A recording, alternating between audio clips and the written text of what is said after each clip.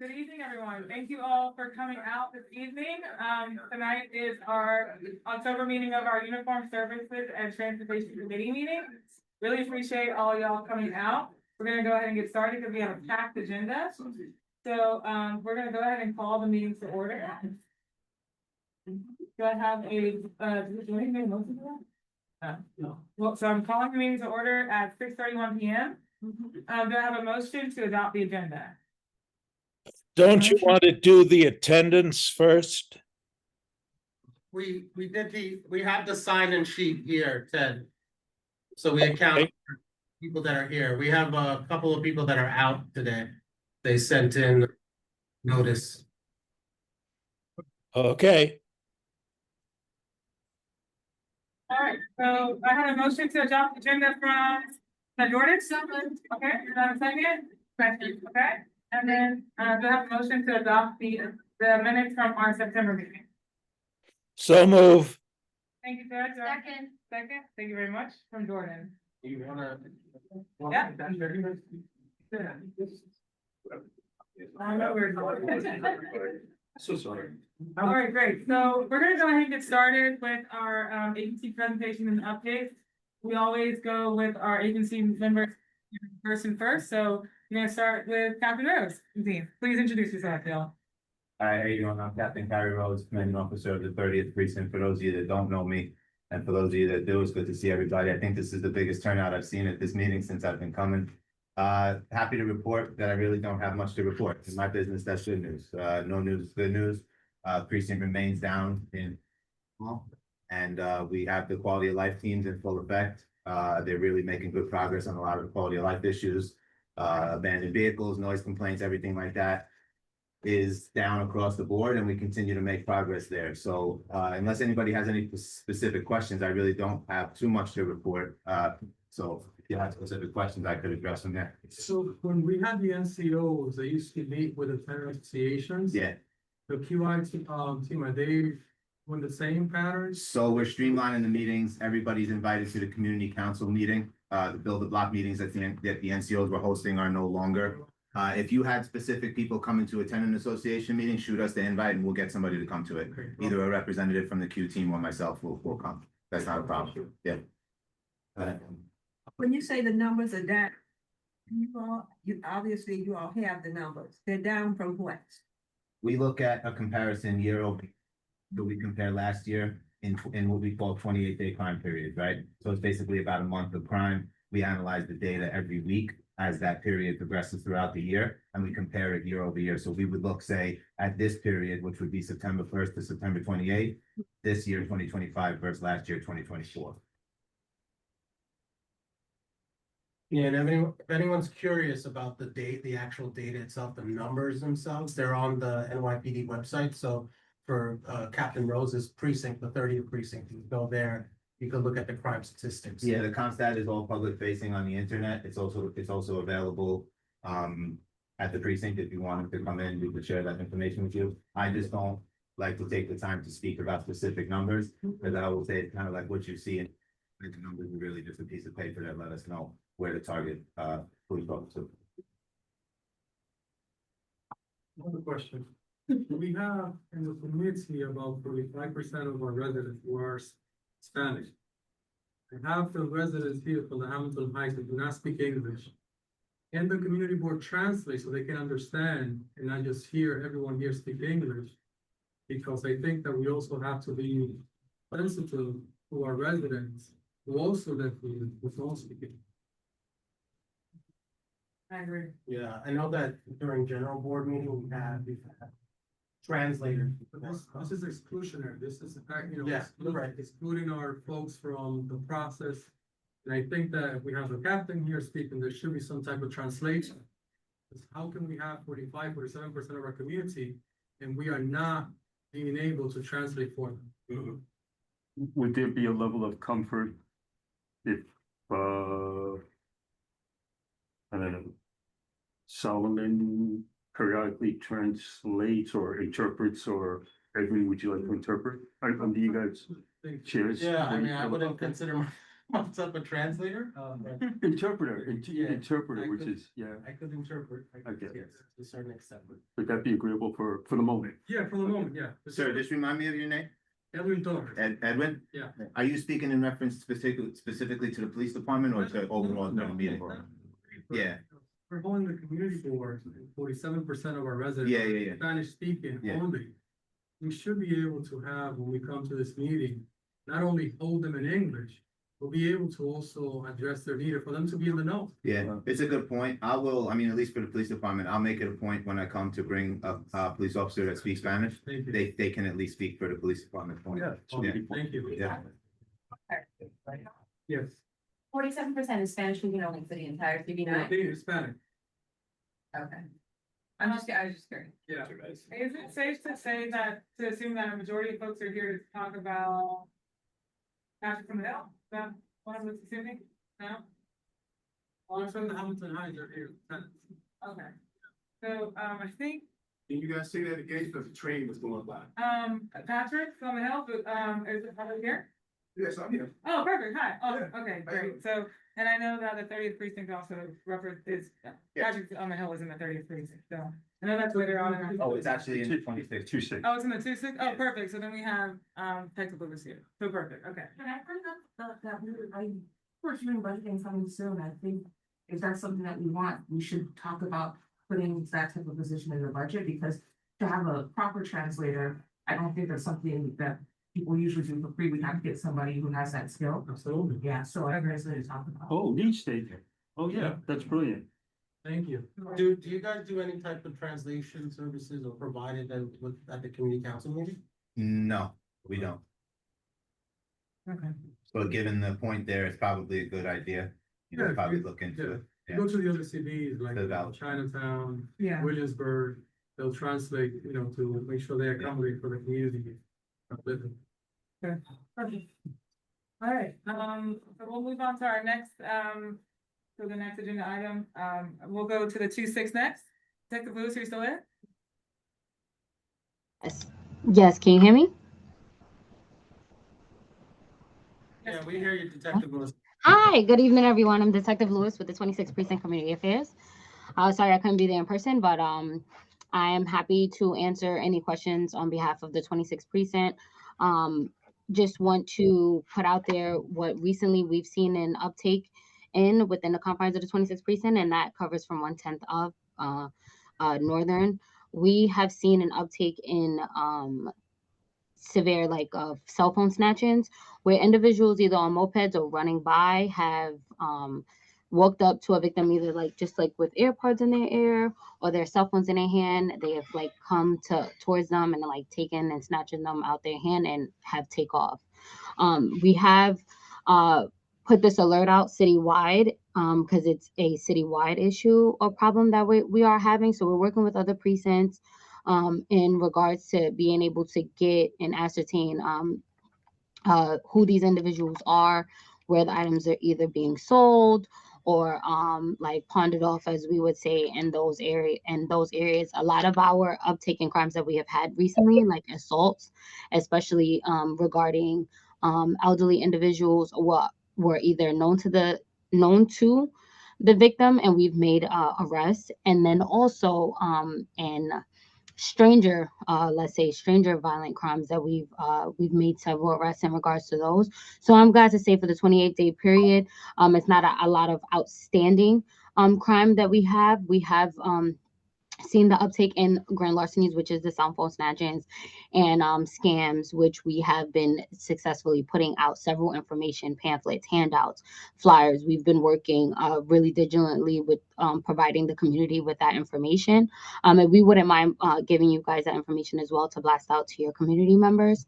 And also, the violent crimes that we've seen, we've been making a lot of arrests. We've been closing out some of the cases that we've had in regards to it, whether it be our PSC guys, our public safety team out there, either being able to assess and see these crimes in process and actually taking arrest on scene. So we've been very grateful. Our team has been working diligently to assist with that, which is great.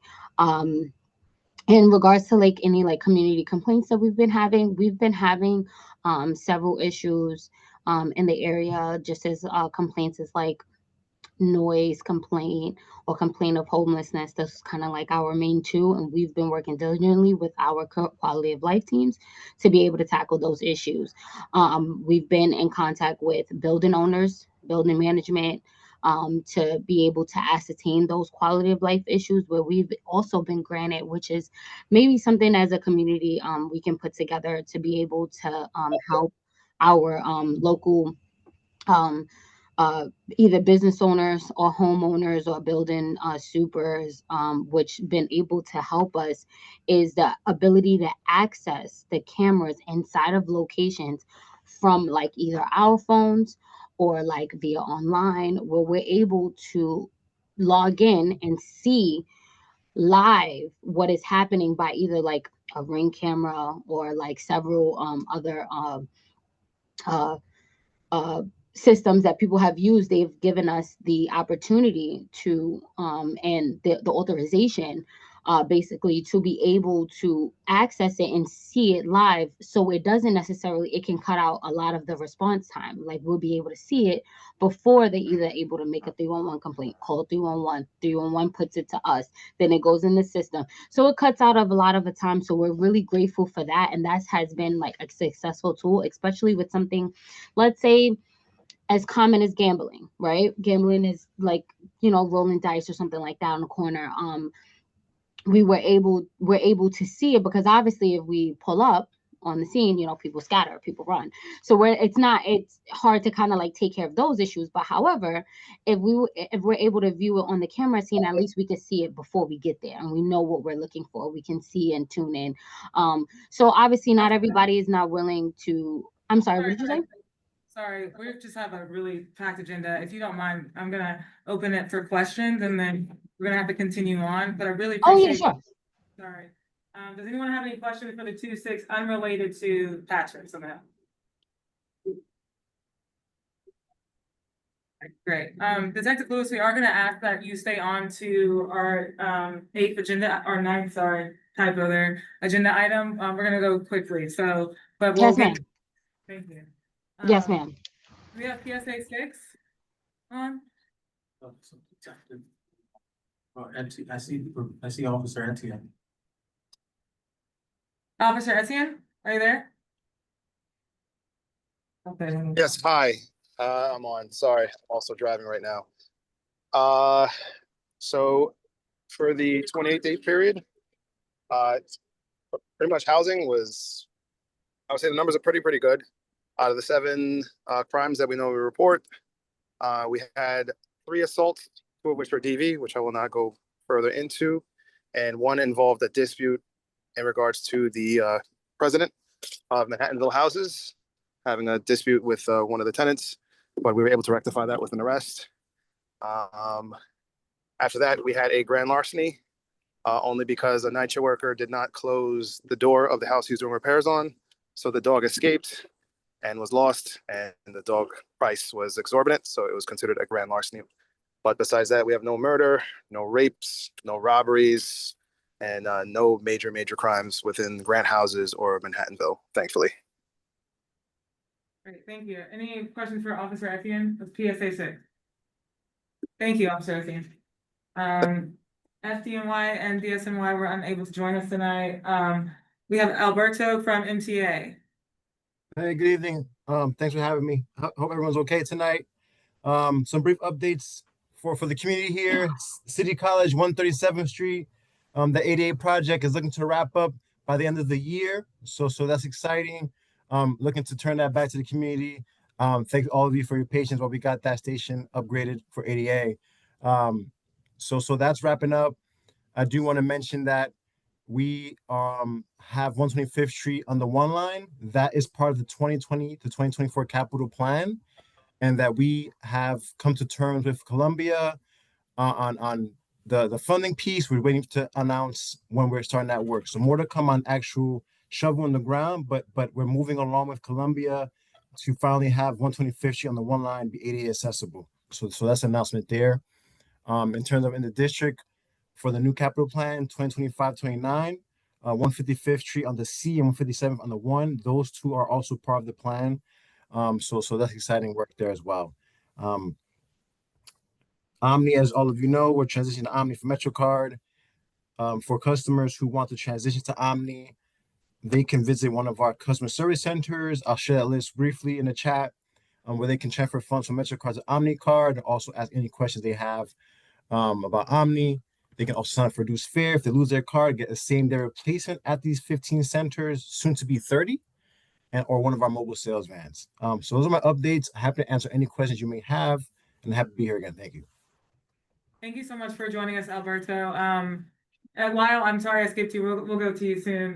Do we have any questions for the MTA from the committee? First, sorry. Any questions from the committee first? Okay, perfect. Go ahead. Sorry.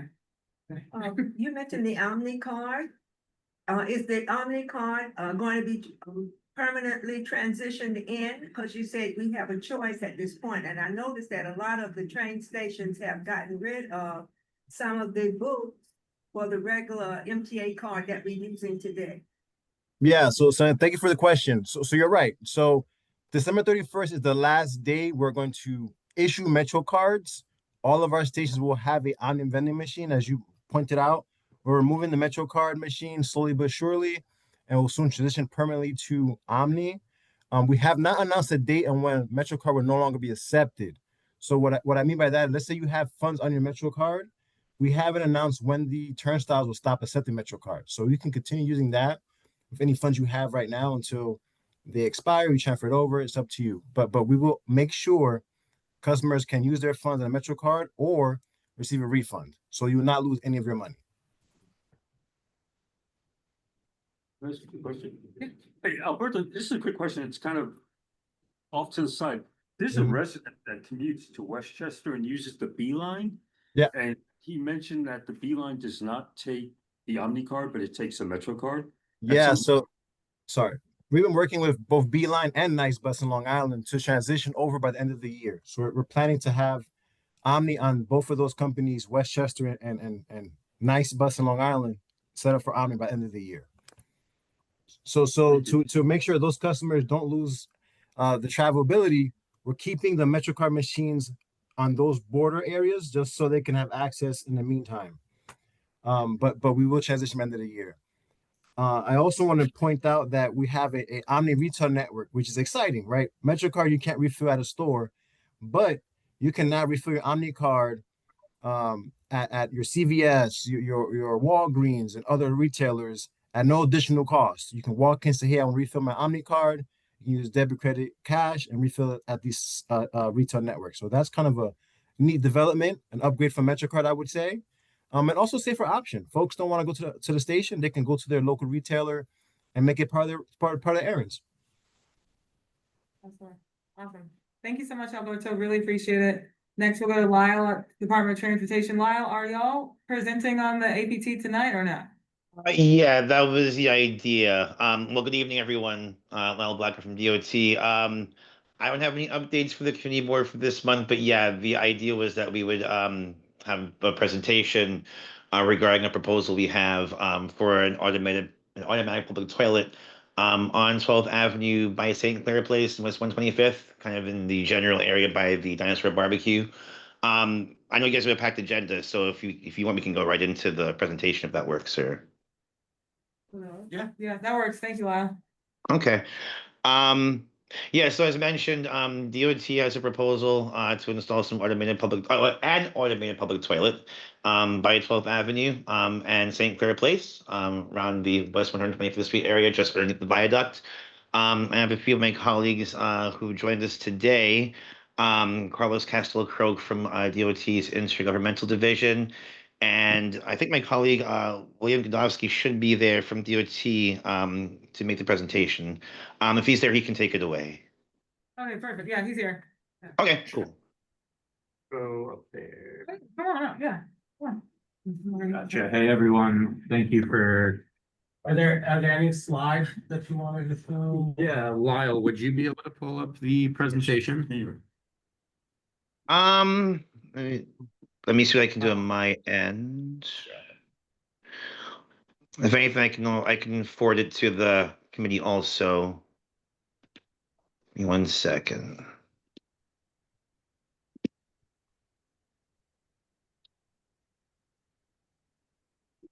I can't share. Let me know, Lyle. If not, I have a flash drive. Okay, yeah, it might be better if we do the flash drive because it might take a couple minutes for me to do it. So if you Gotcha. don't mind, Will. This one, too, Yeah. remove. I don't know what that is. I guess you can give it to me, actually. Gotcha. Hold on, sorry, guys. I also have it, Will, if you want me to do it. Oh, yeah, that'd be better, I think, Carlos. Yeah, Carlos, if you want to share it. Okay, let me see if I can bring it up.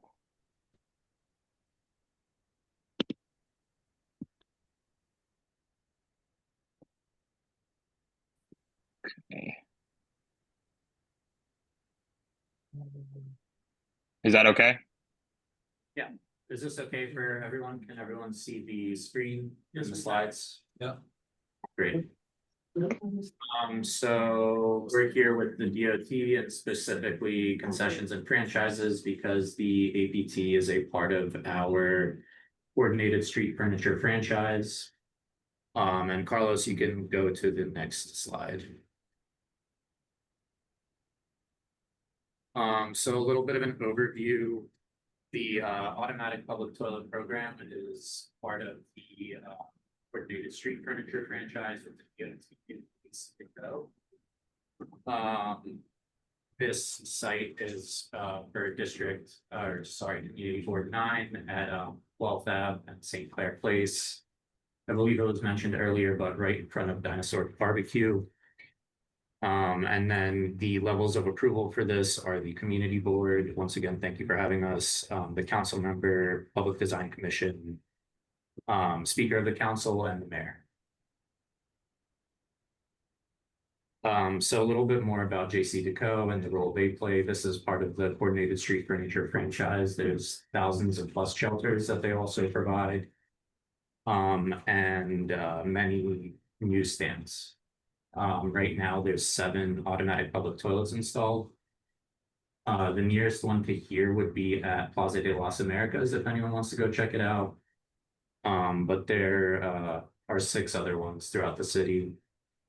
And sorry, Carlos, could you go back? And so Where's the locations? the location for the one proposed here, it's at 12th Ave and St. Clair Place. No, The model that we could look at. Plaza de las Americas, so that's 175th and Broadway. Yeah. The franchise is funded by ad sales, so most of that is on the bus shelters. They don't make much money on the APTs, but they do advertisements for civic related projects. And then a little bit about the APTs. JC Deco installs them and maintains them twice daily. So once in the morning when they open them up at 8 a.m. and they close them up at 8 p.m. They're self-cleaning. You get up to 15 minutes per use, after which the doors open. The unit is fully accessible. This new unit is free of charge. We're very happy about that. And there is a water bottle filler outside. This is just some dimensions and kind of a rendering of how the unit looks. This is our siting specifications. So there's 8 feet of clear path in the front. 5 feet of clearance on all sides and 3 feet in the back. The units do require underground clearance for utilities, and we're excited about this new unit as it has a we previously actually came with a proposal for a automatic public toilet very close to this location, but it was not feasible at the time because of the flood zone. This new unit has an internal pump which allows it to be sited in a flood zone. And so this is an area.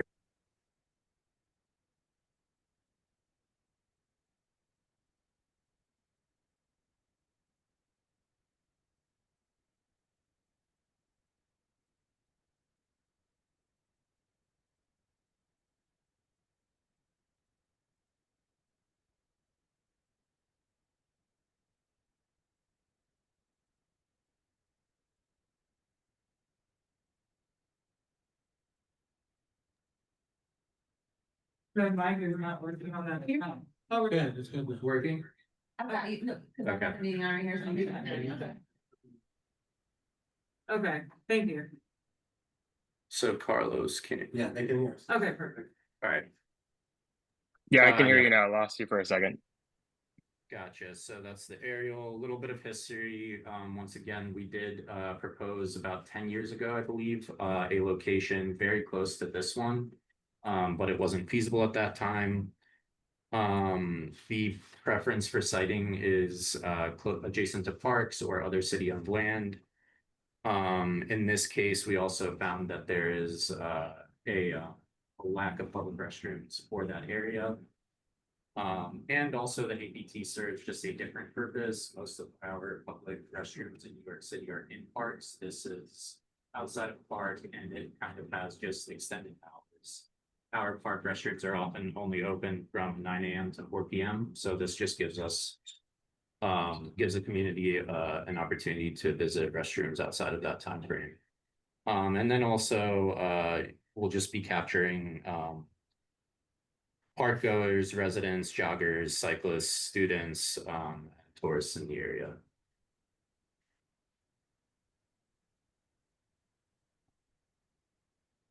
And this here is a snapshot of the exact location where we're proposing. Is that y'all, Kevin, or is that a 2-6? 2-6. That's 2-6. Yeah, it's a Tuesday.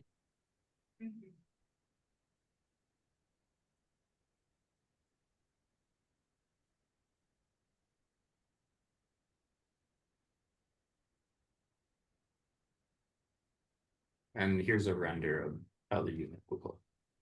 Let me know if I should stop, but I'll just keep going through these. Will do.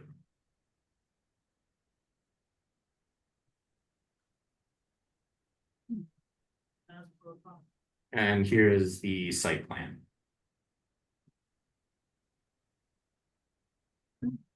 Awesome. We will go ahead and open the floor to committee members first, if they have any questions from our committee members. Is John? Oh, yeah, sorry. Wait, I'm sorry. I'm Rhea. Oh, Rhea, nice to meet you. Perfect. All right, Rhea. I was just wondering how you open. Yeah, the unit opens with just the touch of a button. The old model had a coin drop for it was 25 cents. We're very happy that this one will be free. Thank you. Yeah. I have questions about, what are the plans for security and how often will a person be physically, going with them? Yeah. Because I know that you said that it opens every 15 minutes, and I could definitely see someone setting up an encampment there and just there all day. Yeah, so it's 15 minutes per use. There's a countdown timer in there. After that, the door opens and there is a 90-second cleaning cycle. During that, a person can't be in there. The door will stay open and the unit will be deemed unusable until that person leaves and a wash cycle happens. In some situations, and there are also safety communications buttons in there, both to JC and to the fire department. But basically it's not an issue we run into frequently.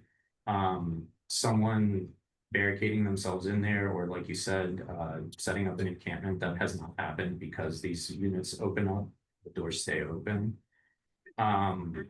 On the question of 15 minutes though, again, there's a countdown in there. So the user will know how much time they have left, but we are also flexible to increase that time. It's just that, let's say we increase the time a person can spend in there to 20 minutes, it would have to remain that way for everyone.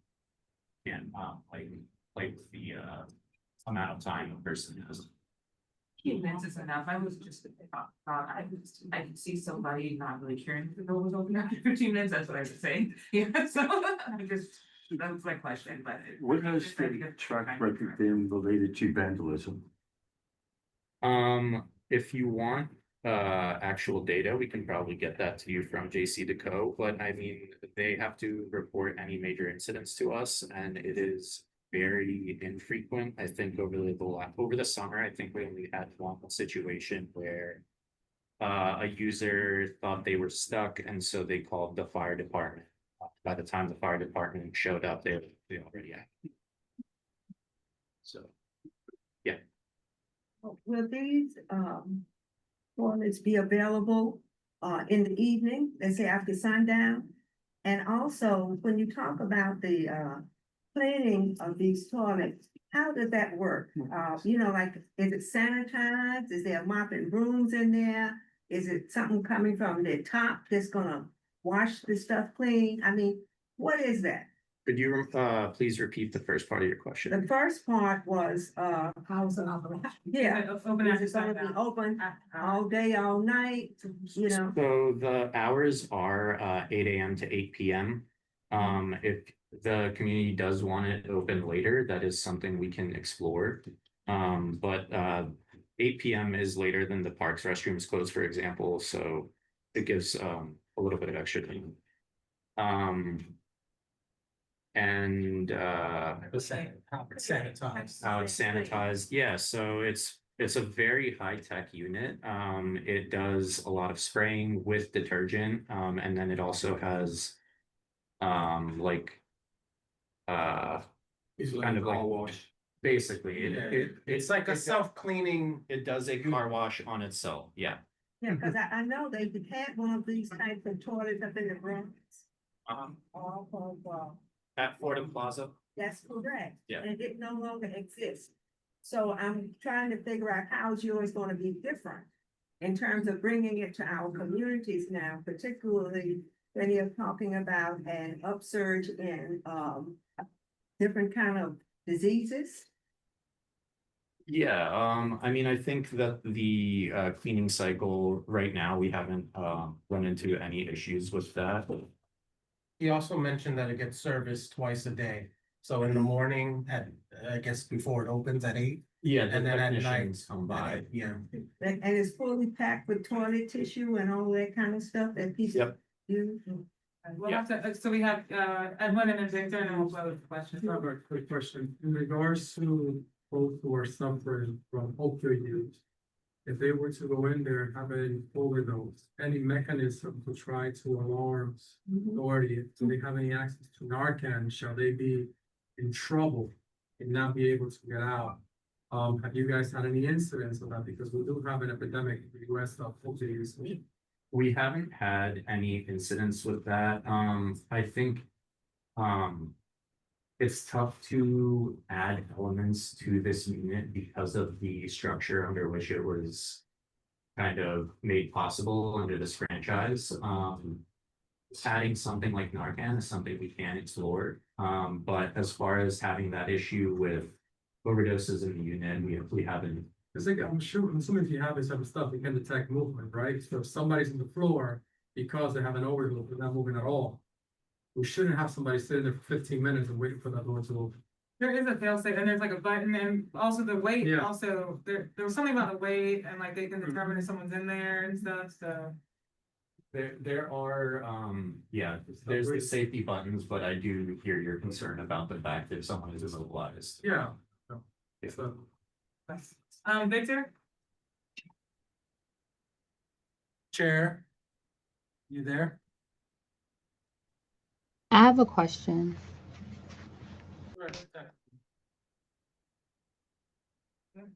Detective? Go ahead. Yes, so as these machines are placed, when they are placed, do we have a direct, or is it possible for us to have a direct contact to someone rather than calling like a hotline or like a office? Would be like a direct contact that we will receive just so we can express any concerns or anything of that sort in regards to the machine yeah. without like having like a whole bunch of red tape to go through? Yeah, Detective Lewis, we can definitely connect you with a contact from JC Deco. Okay, perfect. Yeah, I guess upon like revealing like after construction and everything like that, just so we can have that point of contact here in the precinct will be great.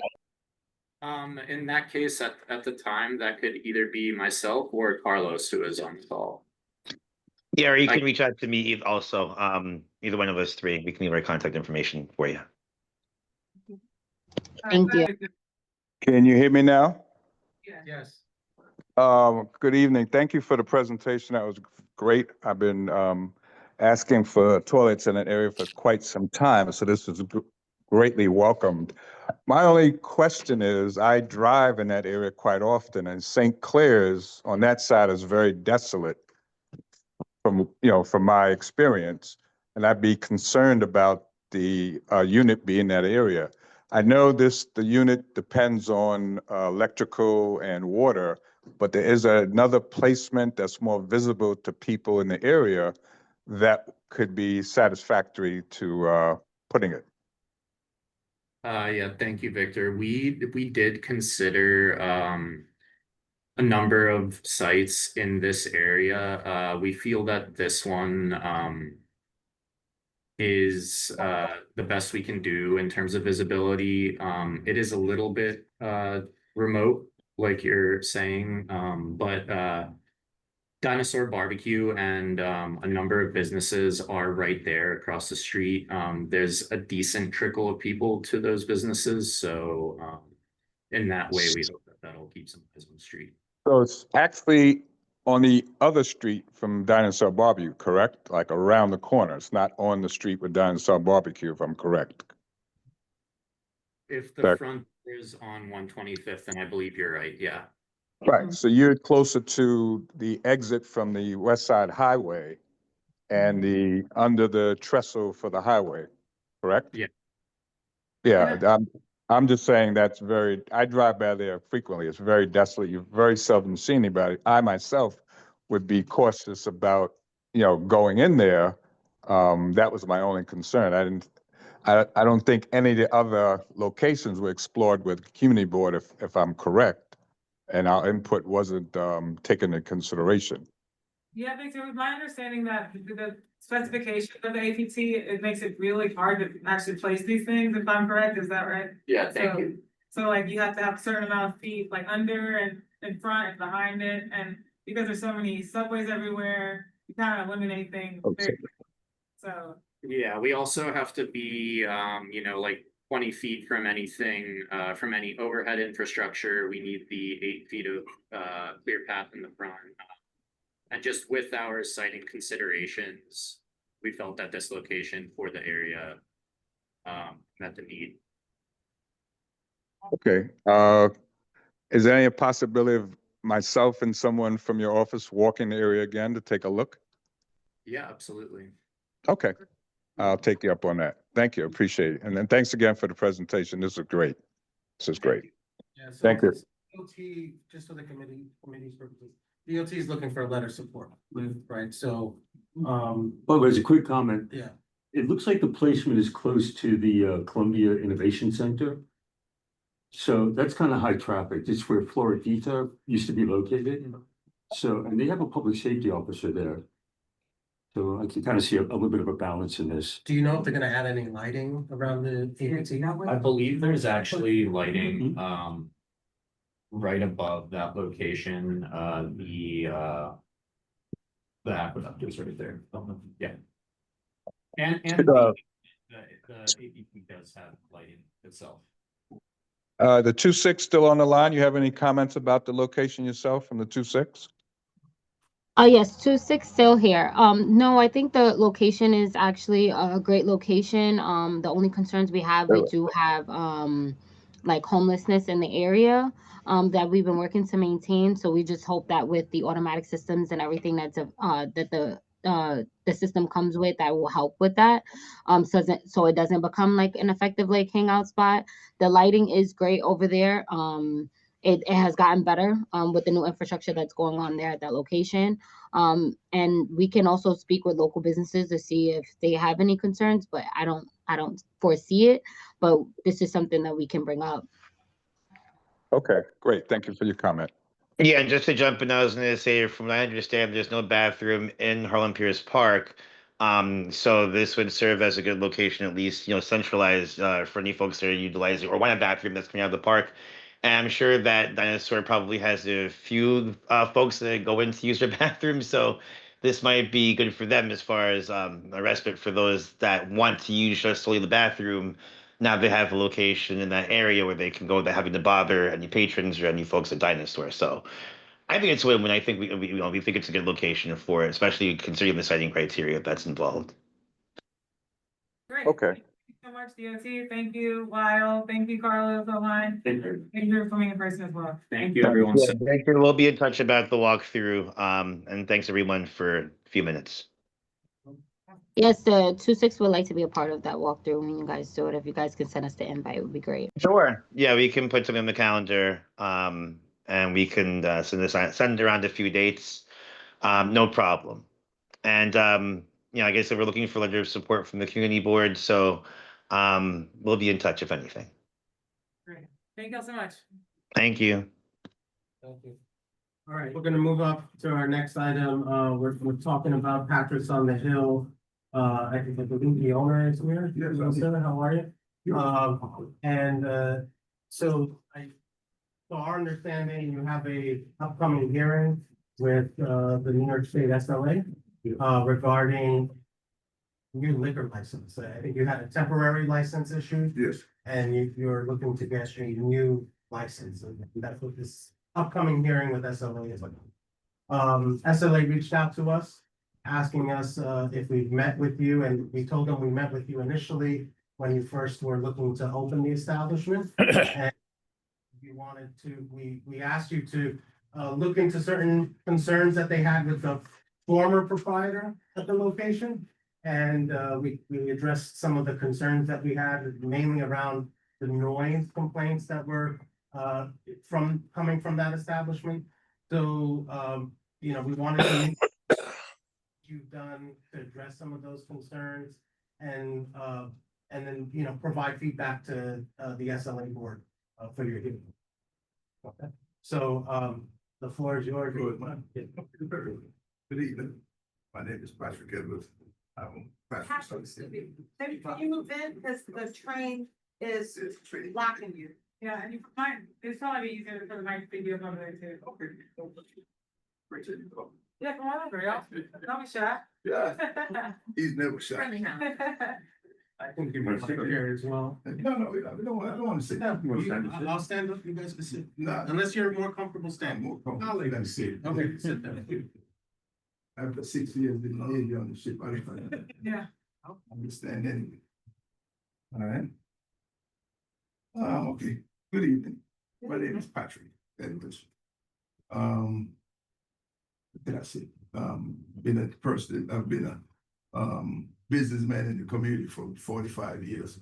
Right. I own One Stop Patty Shop too. I don't know if anybody goes there. Yeah. 145 from Amsterdam. All right. Acquired this space. Not even knowing what's going on. I'm thinking that it's just going to be a regular place. Actually, I have a bar and lounge on East Avenue, 151st. Patrick's Place. Do jazz there. Been there 9 years. Had a liquor license for 9 years. No problems. As we came into this place, I'm hearing that we have this noise problem. From upstairs.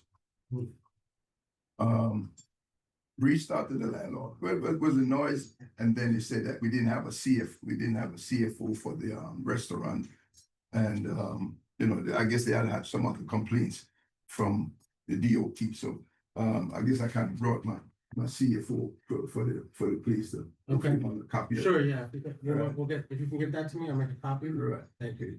And this is, I guess, one of the copies that you said that was, they took care of whatever they needed to take care of for the building. Okay. So that's the building. Right? Okay. Now, me, Patrick. Can I interject real quick? Yeah, but. Patrick's wife sent me with him, right? Because Patrick doesn't do public speaking that great, right? But she just wanted to help me reinforce to the board that they have been working on trying to get the sound proofing in the ceiling, but they've run into some obstacles with it because there's an issue with drainage that comes out of the roof of the place periodically, And, I've been there several times when it's happened. All of a sudden, water gets poured into the ceiling, into the establishment. And when I say pour, I mean pour. Like somebody standing up there pouring buckets of water into the ceiling. From what I understand, they had hired someone to go up in the ceiling to check for the south, if there was previous soundproofing, which, from what I understand, they were told it was. It already had soundproofing, but they looked up in the ceiling, and the gentleman that surveyed the ceiling said, number one, they would first have to find the hole or wherever the water was coming from before they even attempted to put any soundproofing up there. And they had an issue with the tenant that lives above having access to get to see where the leak is coming from, because there's a tenant that lives right above. So they're still working on that with the landlord and the tenant to try to get that soundproofing. So it's a work in progress to do that, and it all depends on whether or not they get access to what they need to find the leak, whether it's the apartment itself or it's coming from somewhere else. So that's an obstacle and hurdle they're trying to overcome at this point. But they're willing and prepared to provide that soundproofing if needed. And they also need to, once they put it in there, be able to do a sound meter check to see, I guess, the decimals of the level of whatever they're gonna put up there, whether it works or not. But again, they have to have access to the apartment to do so. Or apartments. Or apartments. So, and to add to that a little bit. I've had, since I was there, I've had one gentleman, that works, he does, soundproofing works for Lincoln Center. He came in, checked my system, checked the decibels. I have a copy of the letter here to give you. Okay. All right. And he said to me that, he changed my system, make sure that, no noise will, go upstairs or the decibels that we have, is gonna be, confined to the restaurant. And it's not gonna be, no higher than, the regulations of the city, so that it wouldn't bother anyone, from, the apartments or even outside. Because, I've had, the 26th precinct, right? They visit me often, about noise complaint, right? They come in, they don't find any noise complaint, they leave. Sometimes they come, outside, they see me, what's going on? They come on in, they come in, no noise. All right, so we did that part of the situation at the beginning. All right. The next thing I have on the agenda is another gentleman, contractor, I should say, that can do and will do soundproofing for, the restaurant if it's needed. Right. And I have another contract with him to show it to you. So you're gonna get a copy of it. Where, he actually has to. He say he has to go up to whoever the apartments are up there. That's to find out, we do a test like we're here now, right? Turn up the sound, see how much sound, what sound is going up there. Let's see what the amount of cars or whatever stop. Okay. So So when you came before us the last time, right, and I think it was a little over a year ago. yes, We know that there were electrical issues, violations for the space, and I know you've given me something that shows the violation was resolved. right. We know that there was a question about the CFO, right? And whether the CFO was valid for the space current. Right. The letter you gave me that addresses the CFO is from 2013. We need something more recent. So if you can give us something that's more recent that shows that you have a CFO for that establishment, that would help us.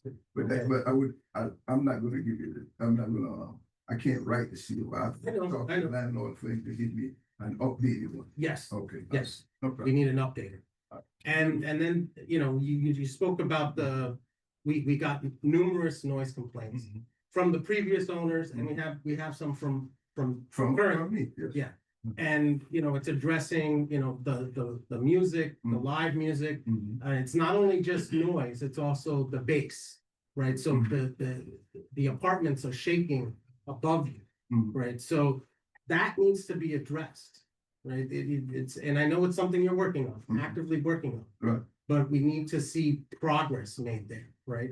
I think there are a number of people from the building that are here tonight that, could talk about some of the noise that they're experiencing. Okay. I don't know if there's something you can do about the time the noise is played or the music is played. To just be sensitive to the people that are living above the establishment. Okay. So is there anyone here from the building above? I'm here, so I would like to say one thing, and I think that the community board right now, you have some of these folks that right now they're taking day off work, because they have to be at work right now. And there has not been any translation done for them to understand it. I have some of these folks who are falling asleep. This guy woke up this morning at 4 o'clock so he can go and work with going up in the building. My guy over there is also falling asleep. I think that we should have done better, and I think that's a failure. I can speak for them because we have a meeting, we have a tenant association, and Meadow can speak and his wife can speak because, but they will speak to you in Spanish. I think that, let's start with the CFO. So a CFO for a old building, this building is about 100 years old, you don't need a CFO unless you change the usage of the building. And what happened in 2013? We have in that location 1627, 1631, and 1635. 1635 swallowed 1631. Because what landlord did was he fused the restaurant. So now he changed the usage of the building. If you go right now on DOB, if you go on HPD, there's no CFO. The building is in violation. Because you must have a CFO once you open the usage of the building. So those of you who have been living in this community for a long time, remember there was a Blimpie there, we had a bank, we had a flower shop. We never had this issue before the landlord decided to change it. But that's, that's one point there with the CFO that I just don't comprehend how we're gonna even move to the next conversation without having a CFO. But in regards to the next conversation about noise, chairs, here are some of the noise complaints. Some of them in the city.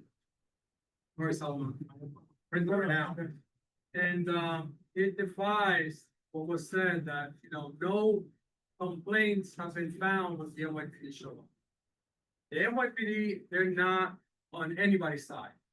We have Captain Rose here who runs the department, he doesn't run into 6.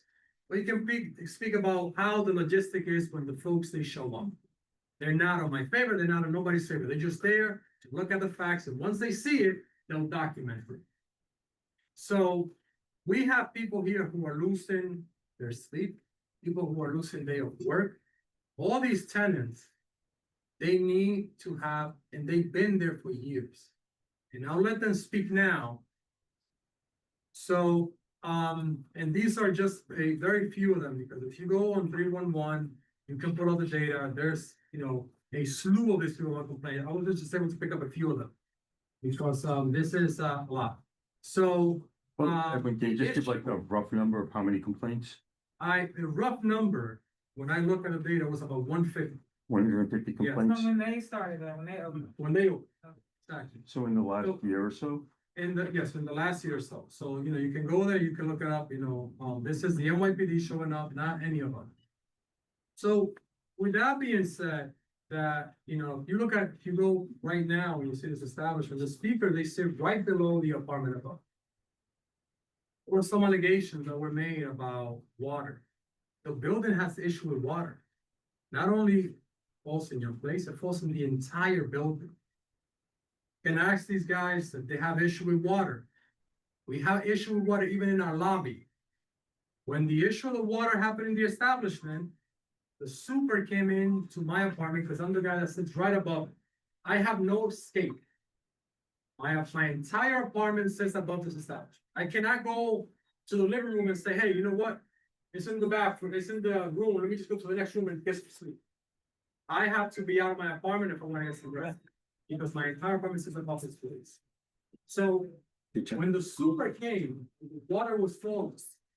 He inspected the kitchen, bathroom, and went all over the place, and the entire place was dry. Then you know what you do when you have a little tissue, they keep going up. Because those of you who are, with, buildings and have apartments, water leaks, they start anywhere, and they will fill. So that, was something that was brought up. You have friends here, Solomon, that I think that we need to do a better job of fixing it. We have failed them by not translating to them an issue that impacts them every day. These folks are losing hours of sleep, hours of work right now. Mero Hatsukolau, this guy's been in Colombia for 30 years, never missed a day of work. He's missing a day today. Yes, to ask you a question about these, the gentleman said that, the whole building has an issue with water, right? And you said that your apartment sits right above the restaurant, right? Am I correct? Yeah. Okay. And you also said that there was no water in your apartment. But the water, because I don't know, correct me if I'm wrong, but water flows and flows down. That's why they check above you to see if somebody else is leaking. But sometimes it's leaking above you, that's why it's coming down and then goes to the next floor. But when I say that the water was flowing, I saw the water. It's not the allegation. I've been in the Patrick's restaurant several times and I saw the water. And it's not about taking sides. I know from what I saw on different occasions, how the water is flowing in particular areas of the establishment, and it's flowing heavily. So to that point, I don't understand how that works, where the water comes down and you're sitting right above and there's no water. And I see this complaint form, and it says response action taken. It is consistent down that they responded and action taken. So I'm trying to look for the translation of action taken. What is the action? Is this just that we showed up? So Took the action of showing up? This data is coming from the 311. And what it's telling you here, it's the NYPD action. That there were calls made. There were calls or complaints made that NYPD responded, and they took whatever appropriate action they felt was needed. Okay, is there anything that says what the action was? Did they come and see and say it was noise, or was it noise? Or did it go past the decibel? Because I believe they have a meter that checks that. So I would like to see that if they came and showed up and said, hey, it's too loud. Here's the meter, and it says that, to be more. Each complaint has a case number. We would have to dig into each case number and take a look at what notes were given. But that's what I was looking for. I wasn't looking for this to be like evident that there's all of these cases where there was noise and, because you can come and say, like I've been there, and the police will come and say, it's okay. I've never been in that place and they said there was a problem with noise. I'm not saying that they hasn't been. I'm telling you that when I was there to witness it, it wasn't. Any member has a question? Excuse me. If you go to my place, when you have the band, you can sleep it downstairs. I live in the basement. That's why this is raised. Okay, you were just saying that you were saying. The problem that here, the problem is here. Listen, the problem here is easy. You wanna play the music. You wanna have a band.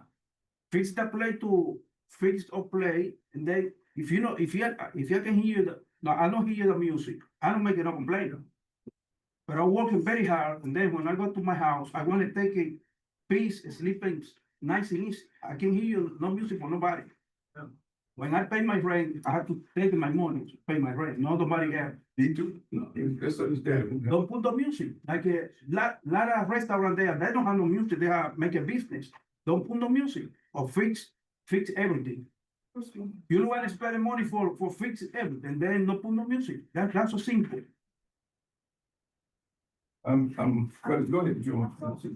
My big question is, are we not having any parallel action when we're discussing this with the landlord? Because I'm hearing all the feedback. It sounds like the commercial tenant and residential tenants are having issues because a building has structural issues. A landlord has gotten a CO or certificate of occupancy, to have a commercial tenant there. If they see the next commercial tenant, you're gonna have the same problem because it seems like this building is not functional for what he's now renting it out for. So nobody addresses this with landlords. There's no parallel action with the landlord. There's no litigation from any of the tenants towards the landlord who sees as if you're gonna have this continue, no matter, who's there, until you address it with the building owner who has now rented it for a use that seems maybe improper. So, Maybe improper for the yeah, building. so this is a warranty of habitability issue, Yes, yes. absolutely, it's a breach. So I think that is actually a great point. The other question is kind of like a fundamental question. The business has been in operation for about a year. To the best of my knowledge, and you have a liquor license. Yeah. And the committee has not seen any paperwork. Has the board received any paperwork in terms of a liquor license application? Yes, you did. I think you have, my attorney sent you one, because at the beginning, if I remember correctly, the first time we came up, she came to the board, I think we were on Zoom. We haven't received anything. We haven't received anything current. No, Or in the she's past. actually the new one. He's actually Yeah, regarding. the house has, we haven't received anything for Patrick's on the Hill. That's why I'm curious. How are you operating when the board has not seen anything from the SLA? We've seen no paperwork whatsoever. Because when you get a temporary liquor license, you change your temporary every 3 months. I don't know if it's required for them to send you something. I remember the first time I came, to address the board, we asked, if, we're having a place, we're having a restaurant, a bar, restaurant, and we applied for a license, paperwork came to, the board. Yes, it did. So temporary paperwork, they come to Yes. us and that's what we were reviewing. Solomon. But that was when they first came. We're talking about a year later now. Yeah, but I think that The SLA is now up in review of the debt. They have a hearing coming up. Yeah. I don't think we would have received anything from the last time. But we didn't receive anything It's now- in first supply. Office is saying that we have, but I do want to I know that we have a lot of other things to comment on, but this is a very important item, so I do just wanna go back to the crux of it. So we have an issue with the C of O, which we need to talk to the landlord about apparently, although I'm not sure how the conversation with the landlord has been. I know, it sounds as if you need to, this is not advice, but has either the residential or the commercial tenant obtained legal counsel to discuss with the landlord? Sounds to me from what everybody has said so far, is a landlord has rented this building for purposes that don't match or improper, whatever, right? And also is not taking it off the structure. I don't think that they're lying about these leaks. You say other people are experiencing them. So it seems as if the landlord has not taken care of their structural property, and there's ways that you can address that. Because otherwise you're just gonna be, maybe they don't renew their liquor license, he moves on, you'll get another commercial tenant there trying to use it for the same purpose, and you're gonna have the same problem until you address it. And just to give you some context, the previous owner of that area, of that space, they left because there was a fire. And it was an electrical fire. And I don't know if it was due to the water issues, maybe not. But yeah, I think you're right. So someone's gotta talk to the landlord. Yeah, because it's From both sides. And they were Go back to DOB, you will see that they were able to do a 340 volt. That was an issue that caused a little problem. Water, I have water in my own apartment that fell. We have videos of that. So the issue of the water, we might guess and try to guess where it comes from and how it does. They have a scaffold, they gotta do the, local law, that have not been done in years. Two, the going to court part. You can just Google Alma Realty. Everybody just go on your phone, Google and go look at the review. They have been named, some of the worst landlord in the city. At one point they were number 3. So we are dealing with someone who weaponizes this type of, tactic for the tenants. These are folks who are rent stabilized.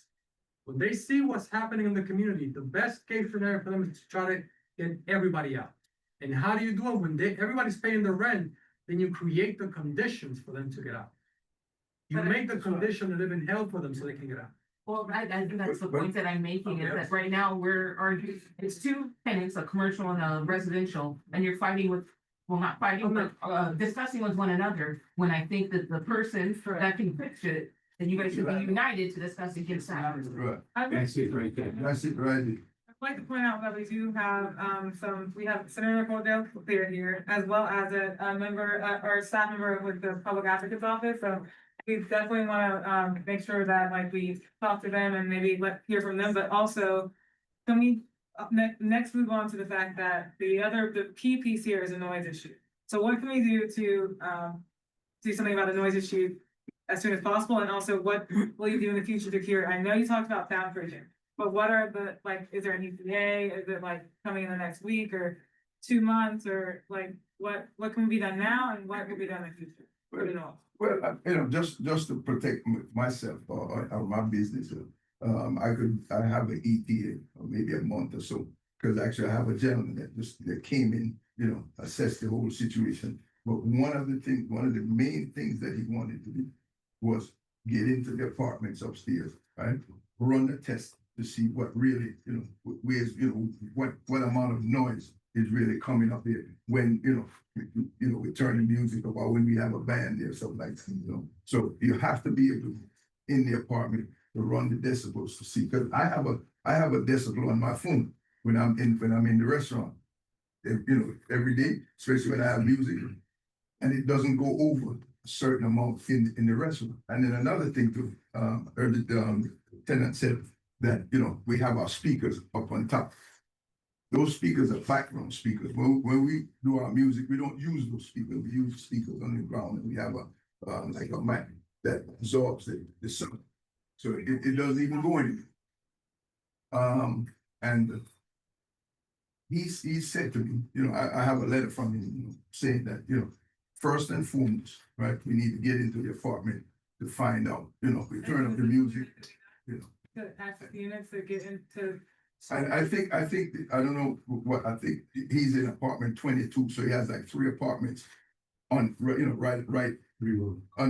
Yes, 3 rooms. No, there's 3 apartments on the 2nd floor. There's 3 different apartments.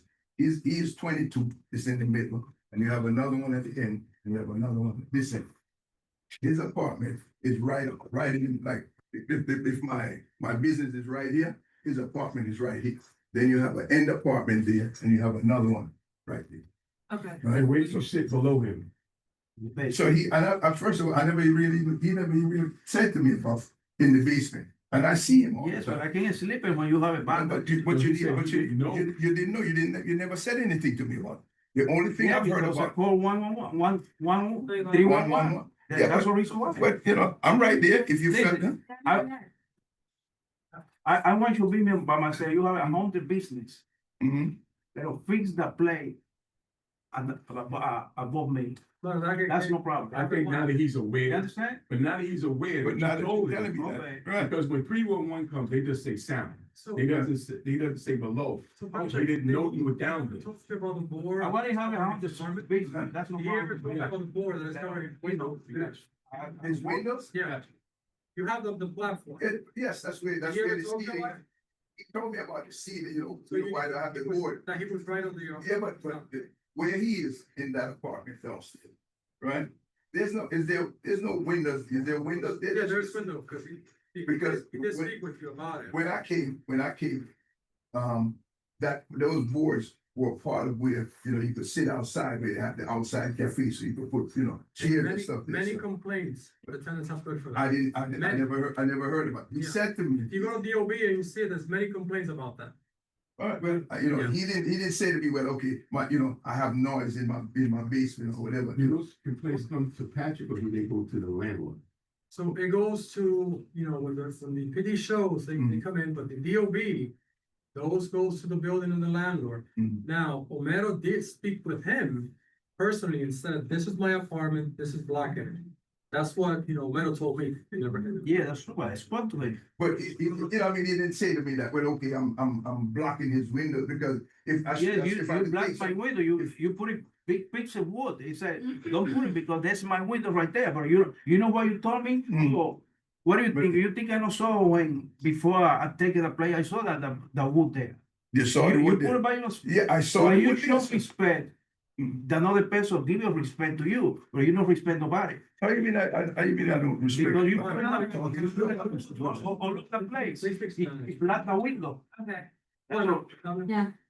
Yo quiero decirle aquí que me gustaría acudir a su conciencia y yo soy la mujer enferma.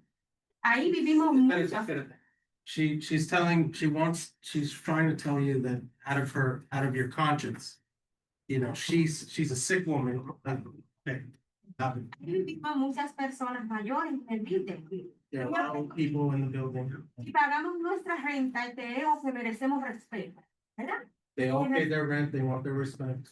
Y cuando él quiere sobar su música, la soba, y no le importa si yo estoy mal allá abajo o si estoy bien. Por ejemplo, mi esposo habló con él y le dijo, yo no tengo ningún problema contigo siempre y cuando se me respeten mis derechos. Y eso es lo que yo pido en este día, que se me respeten mis derechos. She's saying that when you choose to put your music up, it feels like you're disrespecting them. You're not taking into account you're not being considerate. And she's sick, her husband is sick, and there are a lot of elderly tenants in the building. And the music is playing late, they can't sleep, and it's affecting their health. That's what she's saying. What apartment does you? Oh, so that's your wife? Oh, okay. So now you're just telling me this. Cuando se llama para uno presentar una queja, es porque uno no se siente bien, porque la situación a mí me agobia. Sí. ¿Sabes qué? Ok, él tiene su música sobada. Llamamos al 311 y viene la policía. Cuando viene la policía, entonces contente que se van. Por favor. So she's saying they don't have a problem, but they have a problem when the music is loud and they can't sleep. And that's when they call 311. And they say when the NYPD comes to address the sound and noise issues, you will bring down the music and the sound. Yeah. The NYPD leaves, and later on you just bring it up again. So they feel that you're continually just disrespecting them. That the only reason they're complaining is because they feel that you're not being considerate of them, their neighbors, right? Okay. I can understand. But what the time frame that we have as far as music is concerned in the city, right? We could have music on Sundays until 10 o'clock, right? On the weekends, we could have music until 12 o'clock, right? That's what I've gotten from the. And dicen el fin de semana es No, so let me correct that. There's an interesting twist to it. So the reality is, you can play music, but you cannot reach your right to live peacefully. So even if you want to play until 12 o'clock, you cannot disrupt the leaseholders, the residential residents. So those are two different things. Playing music and being disruptive are two different things. So they are protected. So there's something called a warranty. You have habitability. Yeah, you have, right. You cannot, and there's no decibel there that you can break. Yeah. All right, can I? He has to say something too. Yeah, he's also going to be from the building. Virginio, creo que quieren decir. Señora. Sí. Yo quiero preguntarle a él She wants to ask you.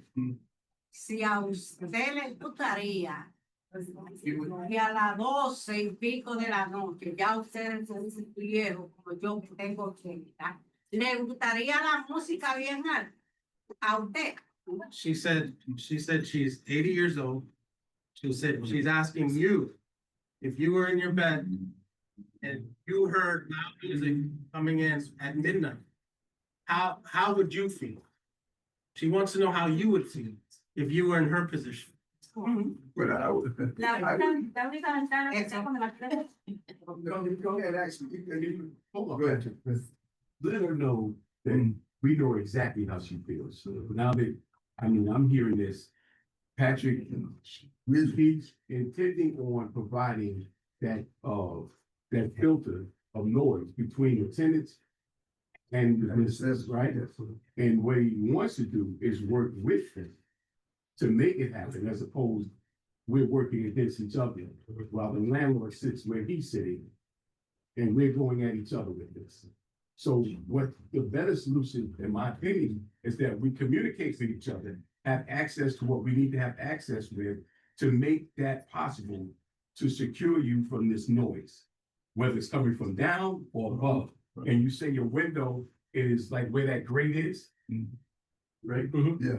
So he needs to address that. Sí, Yes, so sir. él está diciendo que ellos quieren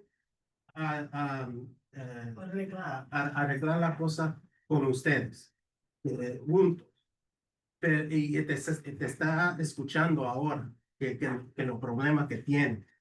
Pero ellos necesitan que le dan acceso a tu apartamento para ver cómo se suena la música ahí, cómo se siente la música. Porque ellos solo saben el ruido en el restaurante, no arriba o abajo. And it has to be done to their satisfaction, not the landlord's satisfaction, right? We need to know from them. Not first for the landlord. She doesn't feel comfortable. You violate the warranty availability. You have no right to do that. What? Well, they violate the warranty of habitability. So they have the right, everyone has the right to live in peace in their home.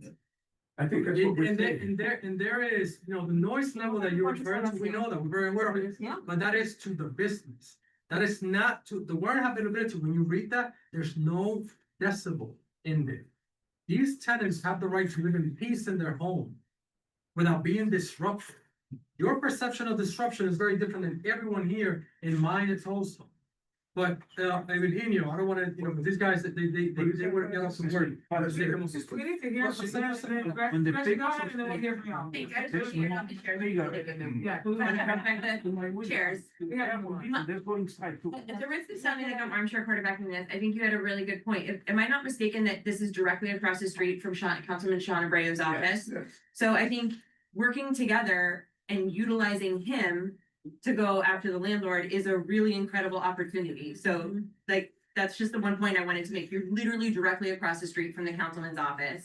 And a lot of the things that were addressed today, as we know, bubble up to the landlord. It's not. Who's a former it's not tenant's Sean's attorney. business. He will work well with you and So- it's so who like, disagrees? I think you guys working together as opposed to being, would be very helpful. I know, but I'm just saying you're directly across from his office. Okay. Go ahead. You said it. The guy is talking very nice, but you understand the people. When the people say he called the police is coming, the police do it, yeah, he coming. When the police is leaving, he go in Yeah. the music again. This is the point. Yeah. Not the point he don't have it Yeah. in the people. Yeah. When the police coming, going down the music. When the police left, he raised the music again. This is the point. Yeah. Why nobody has something on, nobody lie, nobody nothing on. So you're saying, let me just say something. So you're telling me that you said you don't have, no one has any reason to lie, right? So what reason do I have to? I'm 70, she says she's 80, I'm 70, I'm 71 years old. So I'm just saying. This is the point that people talking. All right, so. Call the police coming, and when the police coming. Can I chime in as a member of the 26th precinct, please? Hi. Hi, good evening. So there's just some stats that I do want to throw out there in regards to this location. This location has had 104 311 complaints year to date. So that's from the 1st of the year till now. We have had several instances where 311 was called after the police was already alerted to the scene, like several instances where they've been called there, let's say at like midnight, 5 hours, and then approximately, let's say 45 minutes later, calls were officers were dispatched back to the scene 45 minutes later for the same incident, not like a different incident or a different matter. So I particularly haven't been on scene to see or hear that the music has been cut off and then cut back on, but I can see a repetitive call volume of where officers were called, responded, left, and then returned to the scene for the same incident. So maybe there is some truth to that. I'm not in at those hours to get those particular things, but I will, however, speak with the quality of life sergeant that is in at that during those hours, those late night hours, to address the situation further. And we'll be willing to also have a meeting with our quality of life team after this meeting or at a later date to successfully have a sit down and see what we could come together if no resolution is come to today. Thank you. Right, you want to hear Sí, yo vivo en el segundo piso. He lives on the second floor. Al lado del vecino Edwin. He's adjacent to Edwin. Hace unos años atrás, alguien en la cocina escuchaba la música muy alto. He said someone it seems like someone in the kitchen is listening to music very high. Because he's I guess right off it. Okay, nosotros hablamos que tenía que bajarle a los muchachos de ahí de la cocina, porque eso era de la cocina. He himself spoke to people that work in the kitchen, telling them that they should lower the music. Ellos sí escucharon la súplica que les dijimos, ¿no? Que teníamos que dormir nosotros y lo bajamos. Hoy en día hay, no sé si es una o dos personas que salen a fumar exactamente donde la puerta de la cocina está la ventana mía. Yeah, he's saying that the kitchen staff, I guess during the day, there's one or two people that work in the kitchen at that time. When they take their breaks, they go out the door from the kitchen and they're smoking right they're smoking right below his window. That's right. I think he's because of about the sound situation. Right. And can I ask you a question? Well, the thing is we're here because it's a quality of life issue. For these people, it's a quality of life issue. And that's what's affecting their life. You see, excuse me, in my place too. Sometimes they put it in the window. Smell a cigar. And I smoke. Did you have something else? Sí, una ocasión, o sea, eso es demasiado fuerte. O sea, yo creo que no sé, son bocaradas de humo muy fuerte y pues la ventana está ahí. Ni mi esposa fuma, no toma, no nada. Yo no tomo, no uso drogas, no nada. Pero estoy seguro que con ese olor tan fuerte es mucho humo que sale ahí. He's saying a lot of the smoke that comes into his apartment because he's right underneath. Yeah. Yo estoy seguro que si al siguiente día me hacen una prueba de marihuana, yo salgo positivo. He's saying that it's so strong, so potent, that if they were to test him, he would test positive. Una ocasión mi esposa bajó a decirle, me dijo que si yo bajé, me atreví a bajar y le dije que por favor fumara un poco más para allá porque estaba demasiado fuerte. He said told them numerous times, him and his wife, to please not to smoke directly under the window, to go away from the. Por el momento sí escuchó, pero eso vuelve. Cada vez que abren, trabajan ellos y ahí huele demasiado. He's saying it repeatedly happens, almost on a daily basis. Can I ask you to ask him a question for me? Sure. All right. In his apartment, he's a musician too, right? He plays guitar. Él quiere saber si tú tocas música. Sí, yo toco música. Yes, he plays music. He plays music, okay, because I hear him and I see, And I see he him said, playing, but it's not, I mean, he's playing outside, I can hear it, but I'm not telling him, okay, he's bothering me, or anything like that. What I would like to tell him, right? what we're gonna have, since especially since he's on that floor, right on the second floor next door, this demo here. I wanna get my people into that part, right? We'll turn the music off, right? And get an assessment of what decibel, of what the music affected. They're willing to help. Okay, all right. And this lady, she don't have to be afraid about what apartment if she's on the second floor or wherever she is, you know, because I'm thinking now it's just the second floor, right? So if she's on the second floor, we'll do the same thing like how we do with his apartment or whatever, and the basement. Sí, solamente una aclaración. Yo soy músico, me dedico a la música. Nosotros ensayamos como de 6 de la tarde a 8:30 de la noche. He says he usually only plays the music between 6 and 8:30. Y solo con monitores pequeños. No hay micrófonos para ensayar. Yeah, he doesn't have anything that amplifies the sound. It's just hit the guitar. No ocupamos micrófonos, cantamos a capela para que todo sea bajito. 2 horas y no más. Yeah, they only sing a cappella. There's no speakers, no microphone. I understand, I'm just saying, if the point I'm trying to make. This is not me. I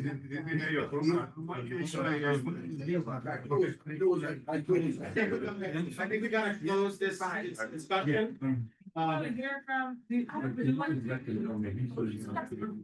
okay. Oh, but yeah. Okay, yeah, really quick. I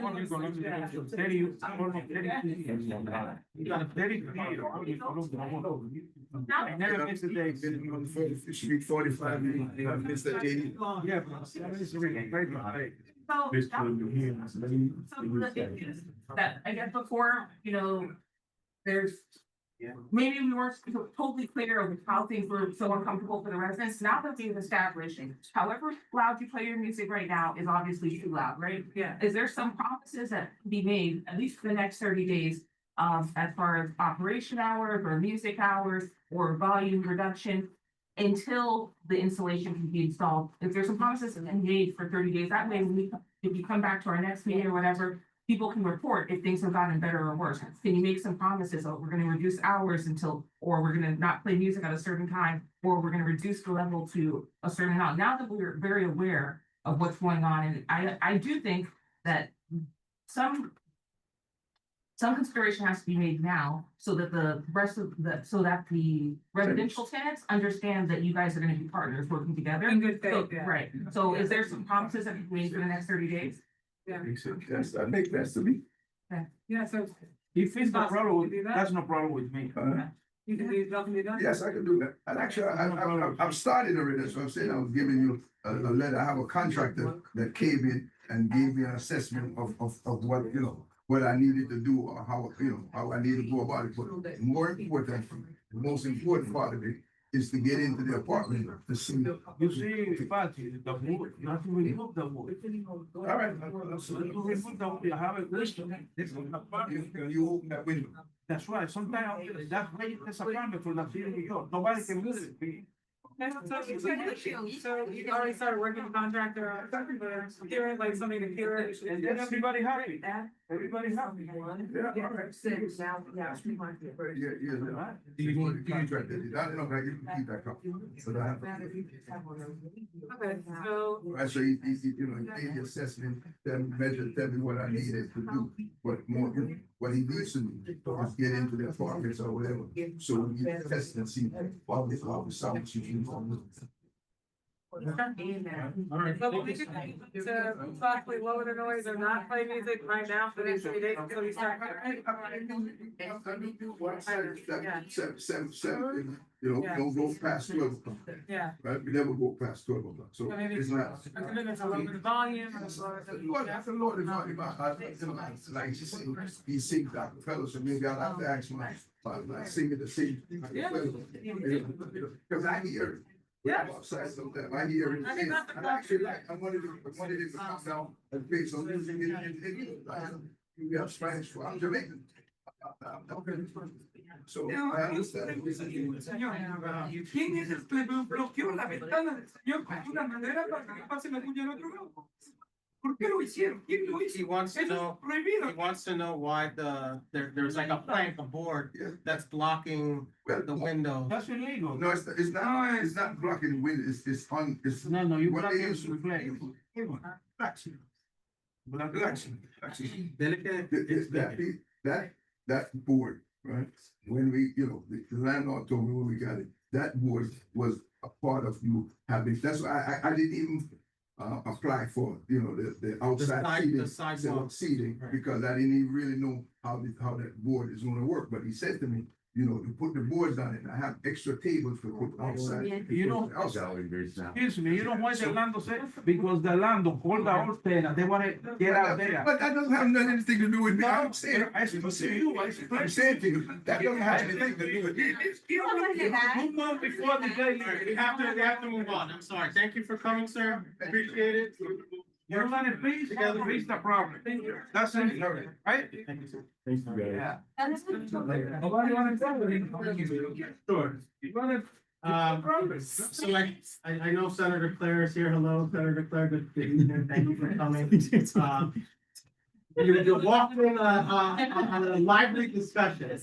I know if you came for the automatic public toilet, you just wanted to be heard I about just that. kind of miscalculated when it would go, when it would happen, but I just wanted to let you know, since I came, that I definitely support the community's position on the public toilet. I know how long we waited. And I stand with you and I'm with you. I just wanted to catch DOT, but I could let them know in other ways. DOT is on and they're here too. Still here in person. Here and Oh, okay, so, welcome to answer some questions. Yeah, so, I'm sure y'all, everyone, it's a pretty, agenda, you have more stuff to talk about. They went over a presentation, they talked about the location, talked about the APT would be open from 8 to 8 every day. Okay. Talked about how it would be cleaned twice a day, and after every use.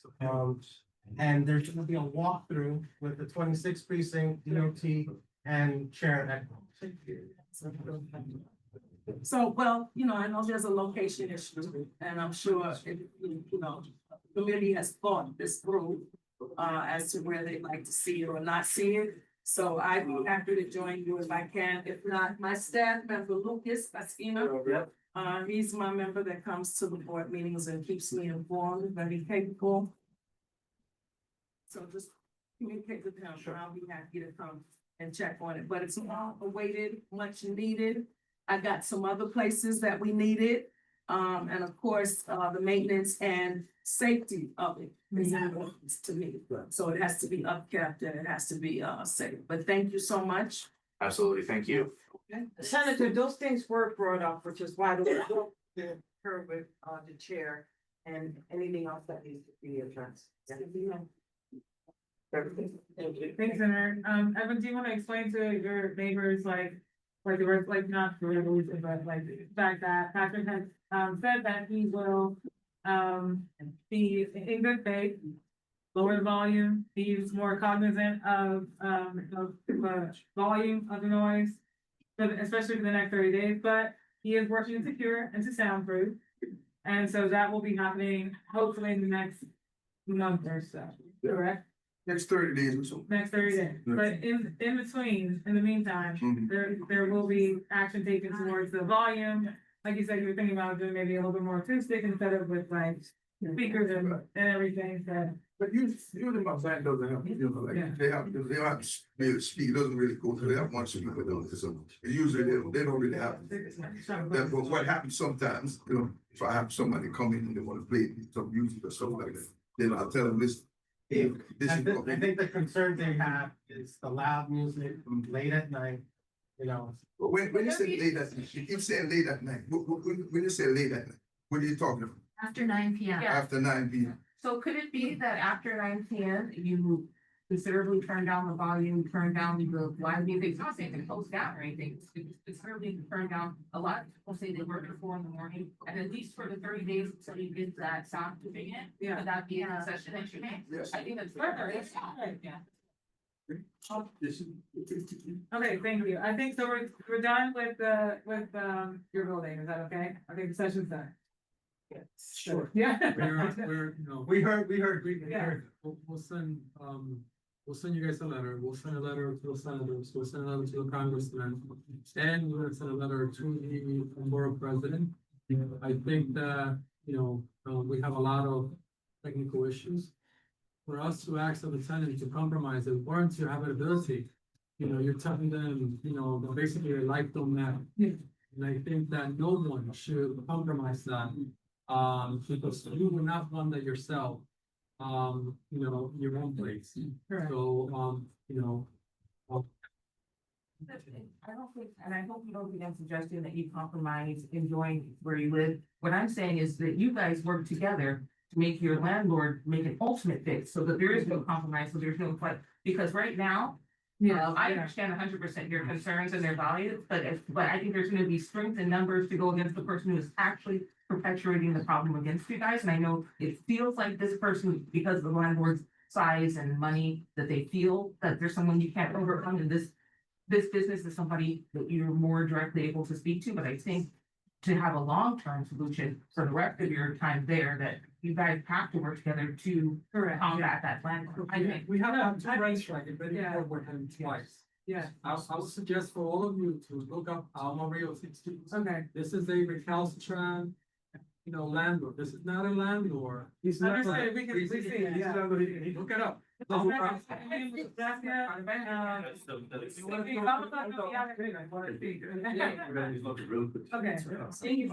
and Senator Clear, gracias, Buenas noches. Thank you.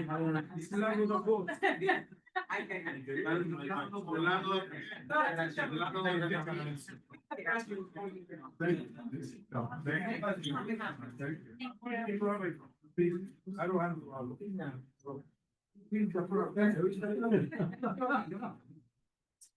Great meeting. First of all, congratulations to you and thank you for the work that you're with our neighbors every day. I forgot to mention that on this Saturday, former city council member, former Senator Bill Perkins, who was a great leader in this community, there will be a street co-naming for him. Street and with that. So please come at 12:30. Thank you, Shannon. 12:30, be there, in this day and time where our leaders and our history is being erased. It's being disappeared. It is up to us to lift up those great leaders and those great people in our community. We have to make sure that we remember them. So I'm very proud to have the support of our council member Yusef Salom, pass legislation to make sure that we remember Bill Buckins in appropriate manner. So those, please come 12:30 Saturday. I hope to see you there. Thank you so much. And we have to support staff people that worked for him for 19 years. Yes. That's right. Thank you. Well, I know about you, appreciate you coming here and debate this.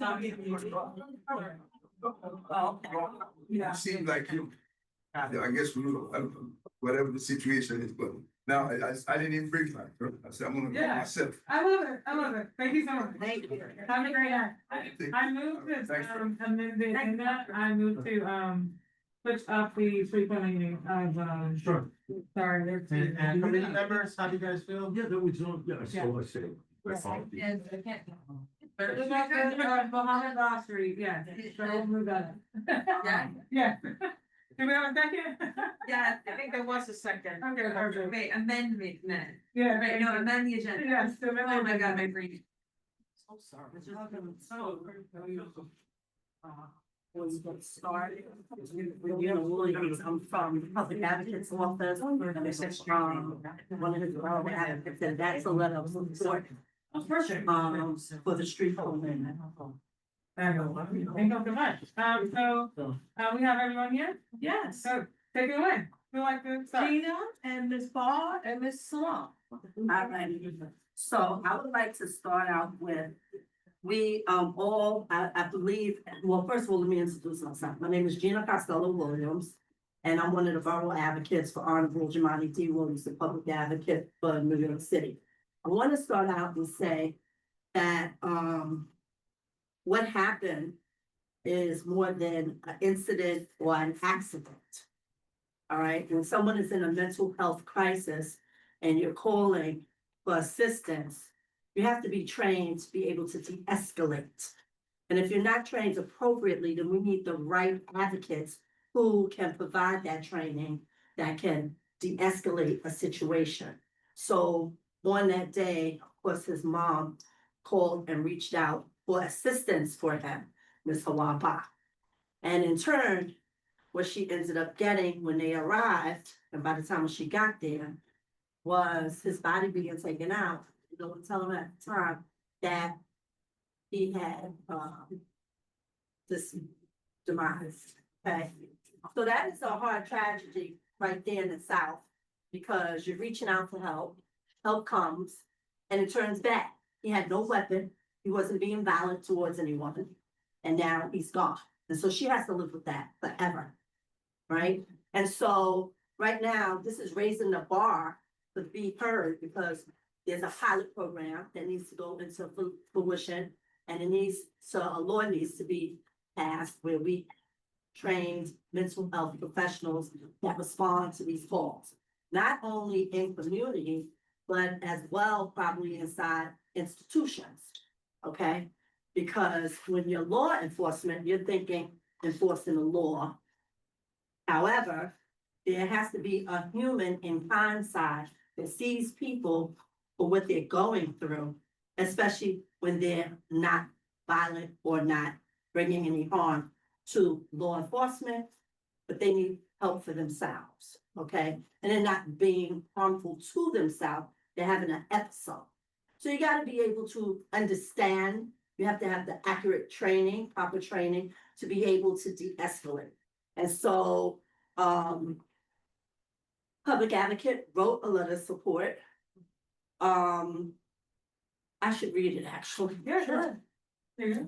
Yes, let me do And that. if you can just briefly just tell the audience, you know, where the location of where they, Yes. where you're looking to honor Mr. Yes. Ba, and just give them a little bit of the, you know, his own personal history too Yeah, as well. so it's all in this letter, Okay. actually.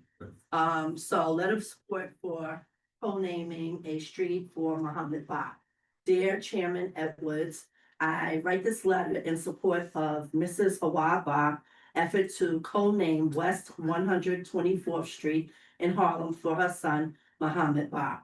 13 years ago, she lost Muhammad at age 28 during a call for help to the police.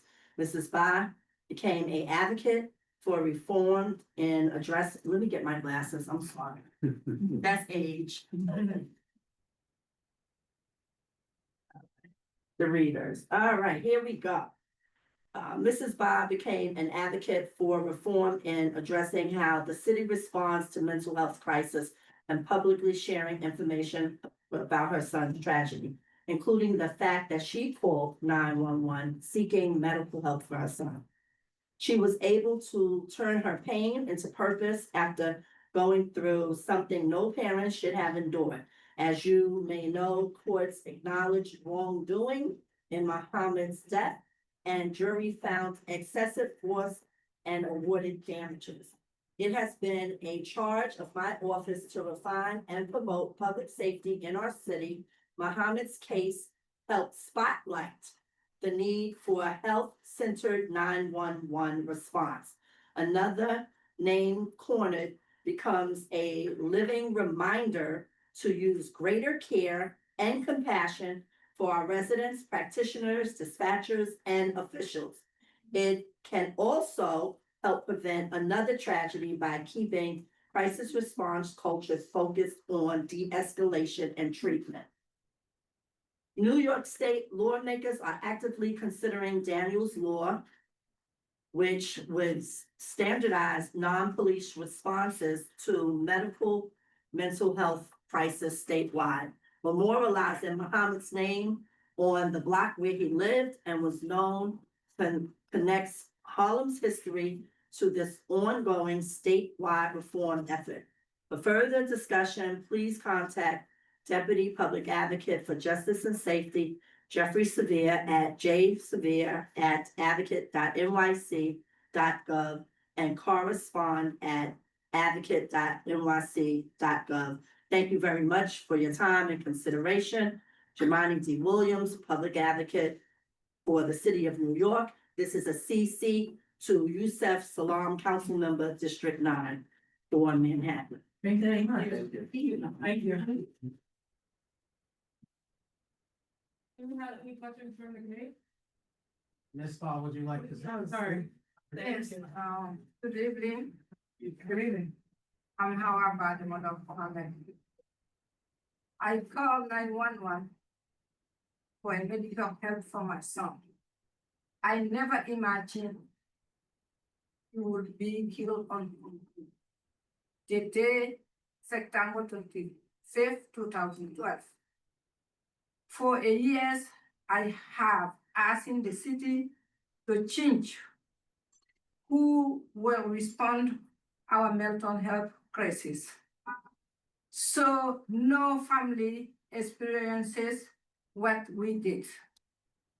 A straight in Mohammed name threw our pain into prevention. It keeps his history visible. It protects our legal. Remember to send a prevention voice whenever possible. Court and knowledge a wrongdoing in my son's death. A jury find excessive force and word-bed damage. The street sign in my son's name said, "We learn from that and we are still learning." This corner will guard people to ask who was Mohammed Ba. And we will tell him what said he was in our beloved Harlem song. Those names now protects others. Thank you very much. Thank you. So I guess that leaves me. Yes. I'm Sharon Salam. I'm one of the mothers of the Central Park Five. I won't begin to name the one. But I will say this. I have been a staunch supporter and my family have been a staunch supporter of Madame Ba, along with other members who unfortunately have been expired by the police for many different reasons, and a lot of them for mental health challenges. We in our community are not looking face to face with issues that are impacted by people who need help and who are in need of health crisis that can be adjudicated in some way. We have come a long way since this particular incident happened, and there have been some changes, but it's not enough. Most of us look at this particular case and you look at my dear sister here, Hawa Ba, and you say, well, she's just a foreigner. But she's a Black woman, a woman of color, whose child was living in this community, whose child was going to college and servicing other people within this community as best he could.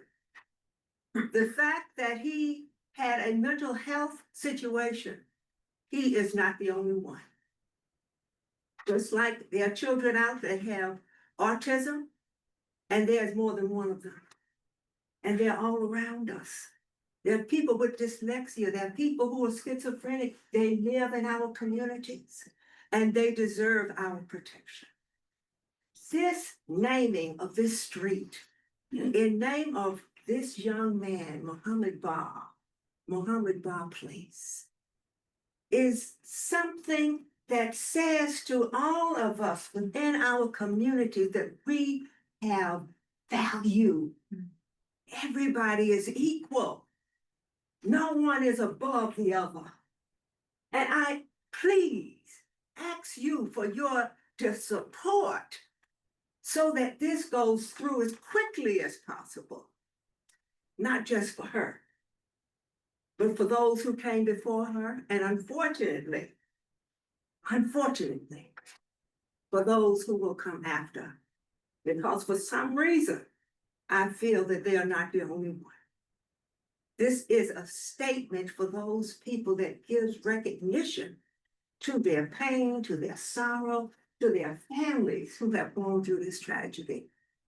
Please, today, give us the support that we need to move forward with this street naming. Thank you. Thank you.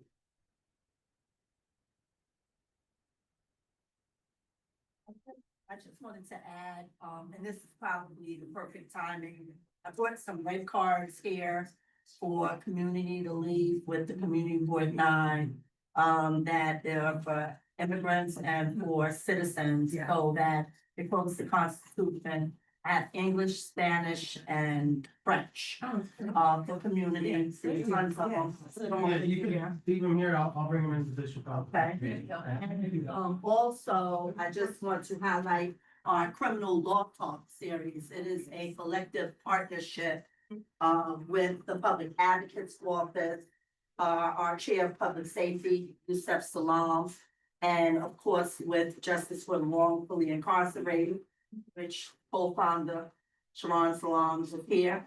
And so we have these talks, and this one will be on knowing your rights, how to interact with police appropriately so that we could avoid acts of violence. This way, this will merge community and police in an engagement so that we are living safe with each other and we have positive outcomes instead of tragedies.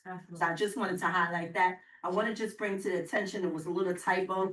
The time is 10 to 12, and it's this Saturday on the 4th at Lakeview Apartments, which is 4 East 107th Street on 5th Avenue. And the presenter is King Downey Esquire.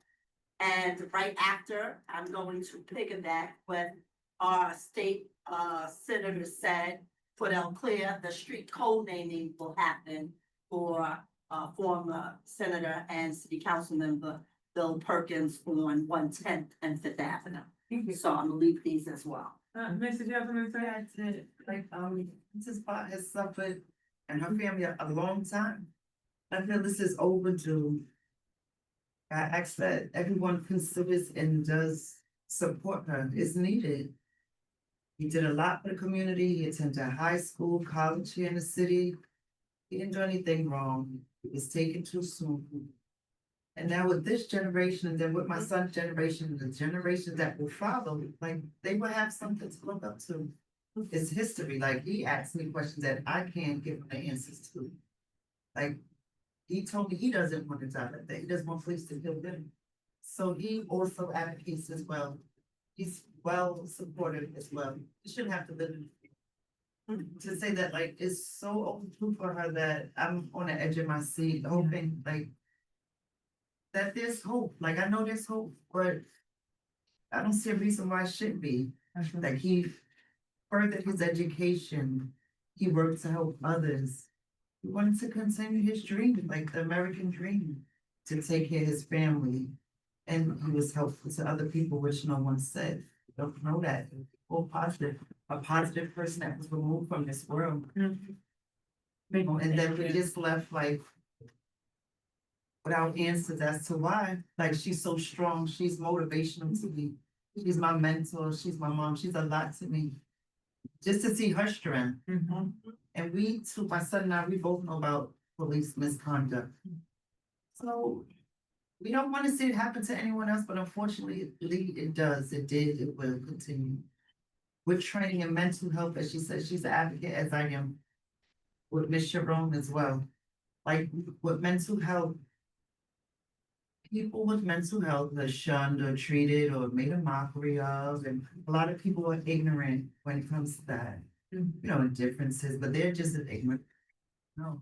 So with the plight that she has created, it all should come into play with the street code naming. So when people visit the city, the area, or even people that live within the city, they question, it's Muhammad Ba. Yeah. And there's a history behind it. There's literature, there's available information. You know that He stood for a lot. He comes from someone that stands for a lot and is still fighting for mental health awareness to be like a common day conversation. Yes. Where a lot of people will be enlightened and get engaged, not to look at it as something shameful to speak about. Yeah. It's something that is definitely needed. Absolutely. You know, so I please, Yeah. Thank you. it's so in depth Yes, thank you. and it's needed, you know. Absolutely. Did the committee have any questions for the folks here? We got the, kind of the packet of the materials, last night. And so, we weren't able to distribute it to all the committee members yet. Usually the process is that it comes before the committee. The committee is really just checking if all the requirements are met. And making sure that you have, you know, the appropriate letters of recommendation, letters of support, making sure that there's signatures. So we put it in the USD Google Drive, so if committee members want to take a look at the application, take a look at signatures and things, but we'd like to try to move this forward, so we need to kind of vote on it so that it's considered by the exec board. And then the exec board has their meeting next week. They would then consider it and then move it to general board. If it moves to general board, it would be a resolution, and that resolution, if passed, would go to the councilman, Councilman Abreu. And then once it goes to Councilman Abreu, he takes it to city council, and that's what they vote on next month. So I'm just kind of outlining the process for you, Mrs. Bach, the family, and all the people you asked. Right, so we're just one of the steps, right? Actually, I just have a quick question about that. Mhm. So when we looked at the lines previously, it was definitely in Shauna Brew's district. Mhm. But because they had redistrict the lines, it fell over because the street split. And on the side of the incident is, I believe, Councilman Yusef Salams. So that would probably be a point, but I also want to add this as well, is that, we're all familiar with, Gwen Carr, the mother of Eric Gardner, who was killed tragically at the hands of police. Any loss, but any family is tragic. This is a unique, and he has a street code name. This is a unique situation because we're talking about mental health. Yeah.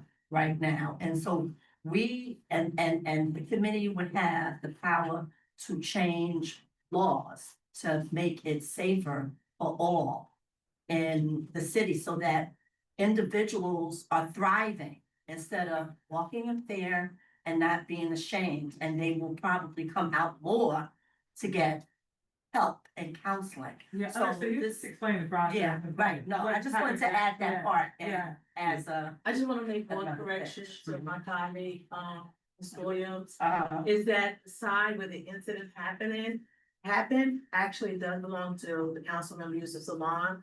But we're not trying to rename the street on that side, 'cause it's already been renamed. What we're looking for is the location directly across the street that actually belongs to. Which from my understanding is it belongs Yes. to Charlotte. yes, Correct. yes. But within his correct. district. If we make a motion to. That is Yeah, correct. so I'd like to make a motion to vote on this, all the committee members that are here tonight. So. You seconded. You're seconding, it? Okay, we're going to second. So all in favor? Alright. Aye. Aye. Okay. All opposed? Ted? Are you in Oh, favor? Oh, he's on mute. Wait, we don't hear you, Ted, hold on. You gotta unmute Ted.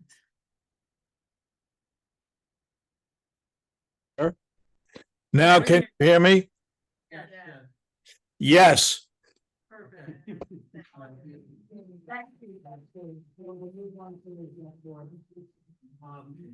Anyone else want to say anything about this matter, or can we move on to the next item?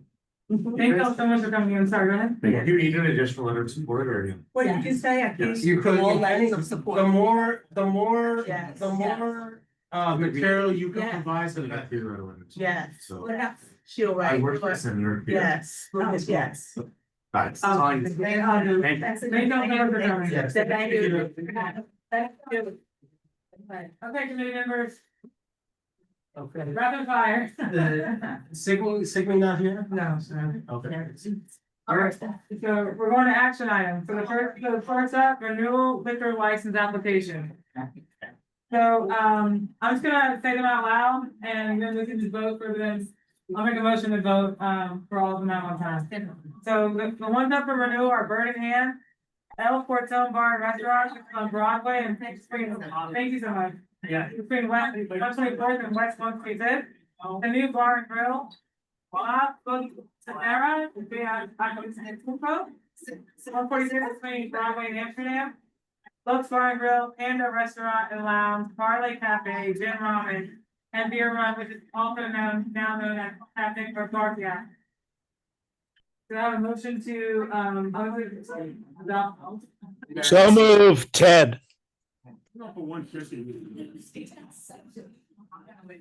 All the rest they can stay as too. Yeah, so I was gonna ask you about that. That location. Sorry, can we wait a moment? Yeah, how do you, Thank you so much, y'all. are you abstaining or? I'm abstaining, I'm not abstaining, I'm just abstaining, I vote here and vote owner. Oh, yeah, but.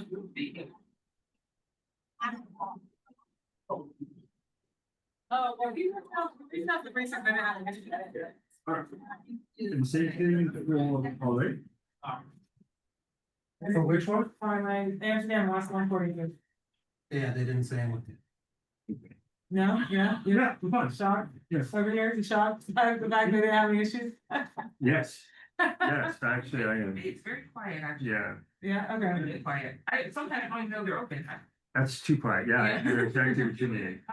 So we have a motion for unanimous consent on the floor, we have a second, Second. Mhm. except you're abstaining, so we have to go by. We have to note that, she's abstaining. Yeah, I know. I'm just. Time. Remind me of your last name. Don't you know?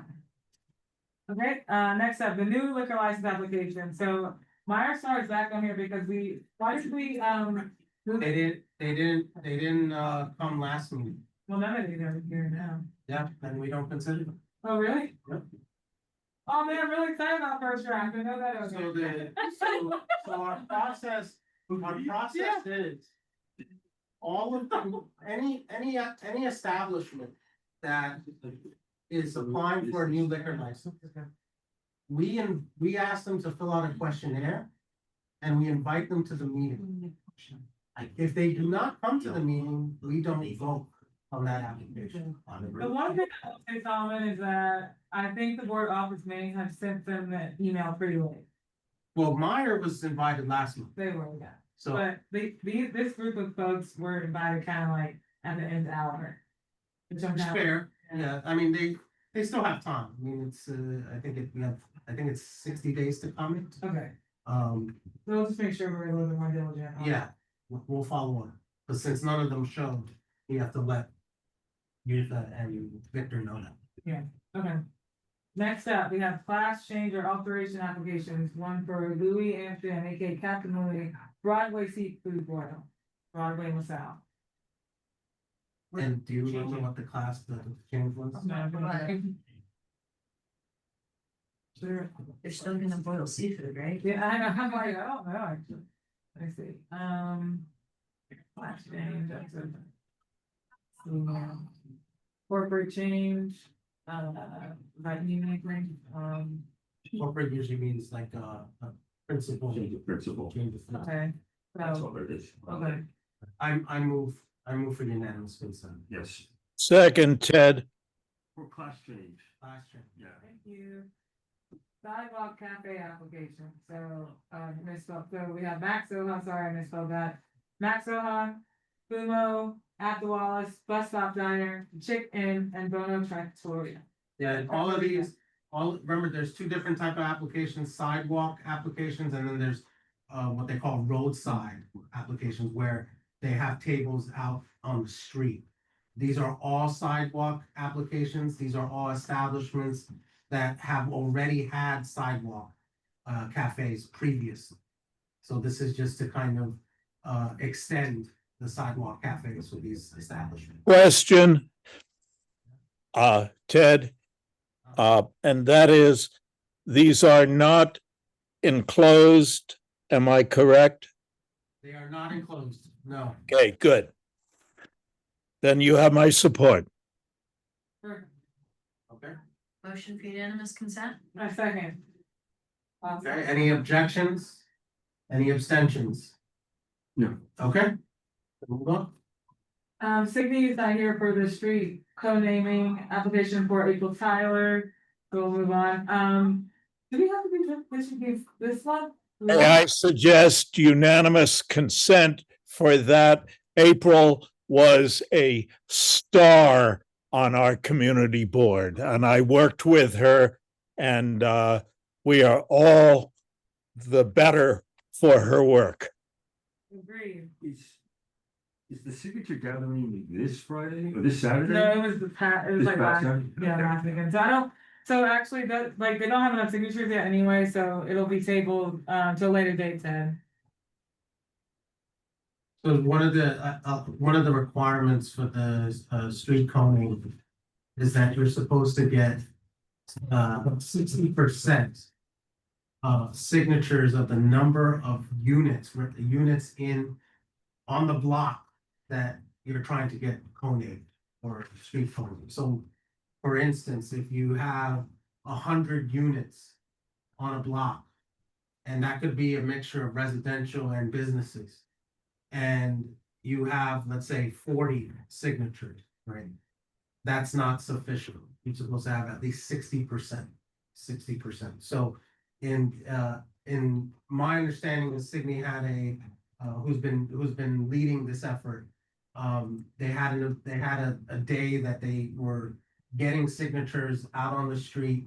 And they also have something online that people can fill out, and they're still looking for more signatures from people that are actually on the block itself. So they're trying to get that 60% threshold.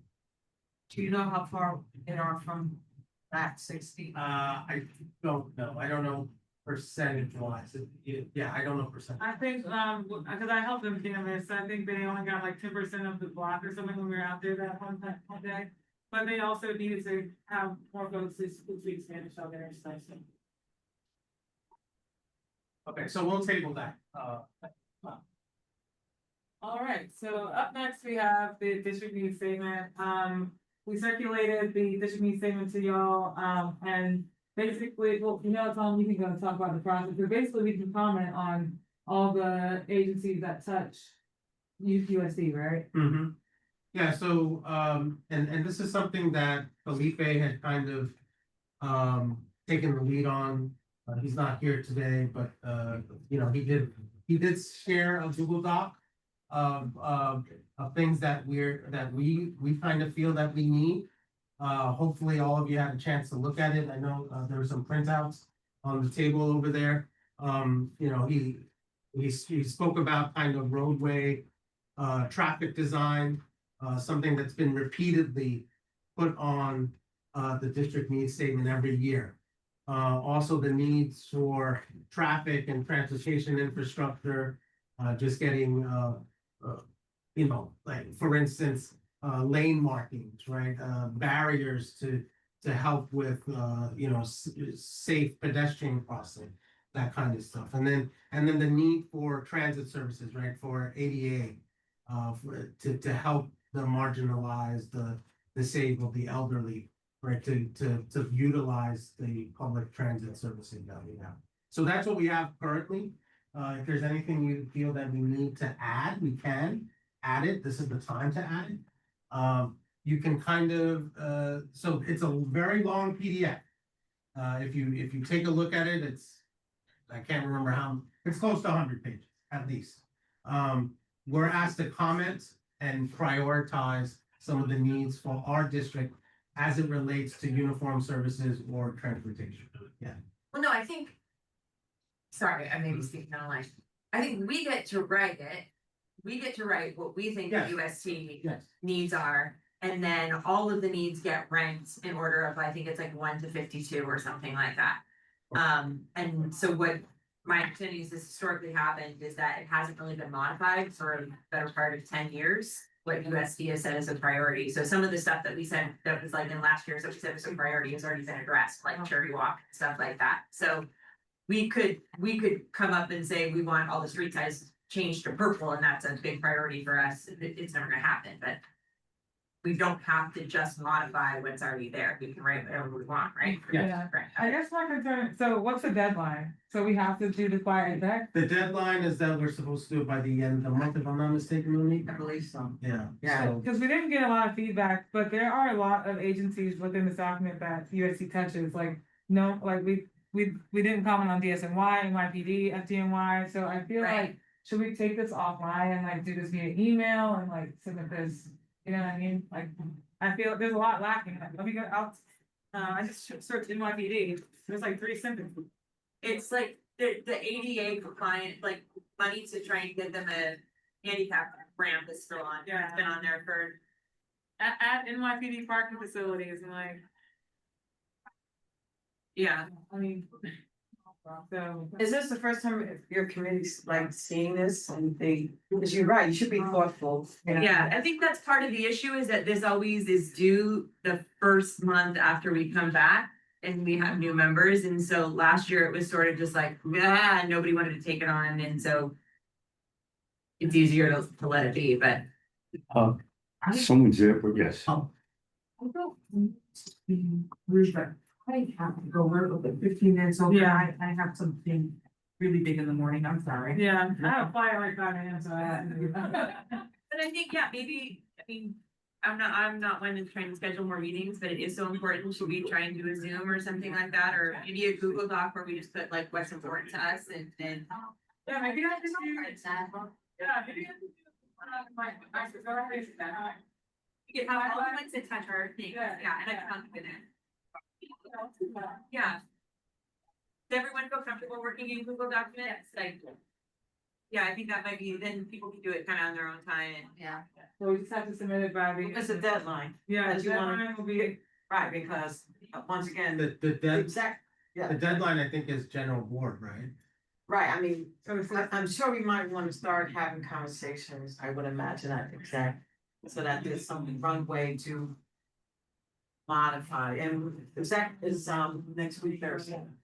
Okay, so then if I do the Google Doc and, tomorrow, let's say Tuesday the deadline, Tuesday night.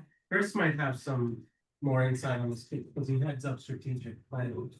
Are you, is strategic planning looking? Did with this last year? Yeah, are you guys looking for a particular time frame when this needs to kind of be locked in by? I just spoke to the co-chair. We haven't even touched on this, so I don't think this, I don't know if this is falling. Okay. All right, so I'll set up a Google Doc and then Tuesday evening will be the deadline to submit, Good evening, all. This is Yutha. I'm sorry, I just got off the train. I just wanted to add that we're currently in budget consultations. Those consultations will conclude tomorrow, after which we will schedule a public hearing. It is ideal if the committees could have their budget priorities updated and their district needs updates in draft so that we can review it and have a complete document that we could have ready for the public hearing so that it could be voted on as a whole. It's like a pie. Each committee has their section and we submit their suggestions and we have a whole pie when we get every committee suggestion and we vote on it as a whole at the public hearing. So UST, you have to go to the section that pertains to transportation, uniform services. I don't have the document in front of me, but it states what's UST. Sharing it, Yutha. It's on the. Okay. Okay, as I said, I just got off the train. I joined in the meeting. I was in and out on the train. So That's basically what you're tasked to do tonight, is to review the last year's document, make any updates, if any, update your narratives for the district, and have it ready for our public hearing. We're currently in budget consultation, so everything is pretty much in the preliminary stages. We just want the input from the particular committee, which is UST, so that we have feedback from them and something that we can vote on and engage the public as well. When is the? But you need it by tonight? No, I'm saying that we need you to look at it. I know you were looking for deadlines and you were saying by the general board. It's still in preliminary. We're planning a public hearing, but it is ideal if you could talk about it. This is to start the talks now, the beginning of October. Our document is due at the end of the month, but in between, we have to have a public hearing. Okay, so Tuesday still works. Yeah. Okay, So perfect. you're just doing the homework and the footwork to have the document complete for the public hearing. That's it in a nutshell. Great, awesome, thank you, Ben. Yeah. Mhm. Yeah, I just think there's a good opportunity that like, this is basically just transportation and we can still talk about all the. Okay, perfect. Okay. Yeah, so, did we have, I don't think we had anything for old business. For new business, I'm sorry, I forgot your name. My name is David Cuthbert. I'm doing this on my own volition. This is in regard to the MTB bus network redesigns. Bronx is complete. Queens has been implemented, and Brooklyn is in the planning stage now. Most likely Manhattan is next. I just want to get this the borough bus network redesign on your radar. Because there will be discussions, there will be issues, there will be concerns. As far as we know, we haven't been told of any plans to redesign within Manhattan or within the district, right? We're only concerned, right? I know he shared a pretty lengthy kind of proposal. I don't know if every committee member got it. What I will do is I will scan this and put it in the UST Google Drive. So that everyone can have, I think he has some more copies, but if anyone doesn't have it. It's a very easy. But he put forth some ideas, some recommendations. Unabridged version. On what he believes would be some opportunities for improvement and efficiency when it comes to the bus network redesign. So thank you for sharing this with us. And for just the awareness that this is happening. Yes. Oh, yeah, Alberto. Alberto? Yeah. Alberto, Yeah. from me, Yeah, join us. Yeah, this is great. It's great. Thank you so much. Welcome. Cheers. Thank you, sir. I have some ideas of my own, so I actually help they do this. Good. Awesome. Is that all you have to share with us? Yes. Thank you so much for coming. Thank you. You're welcome. All right, guys, is there a motion? Wait, I'm sorry. Oh, sorry. Two new things, Okay, very great. quickly. The other night when I was walking home, and Chris can attest, the scaffolding that's across the street from the Convent Avenue Baptist Church. The church and then right across the scaffolding, because they're doing work on that brownstone. There is no lights. It's dark as hell over there. It's a scary place, so there's no light under the scaffolding. Lights So, are working now. yeah, so. Where was that location?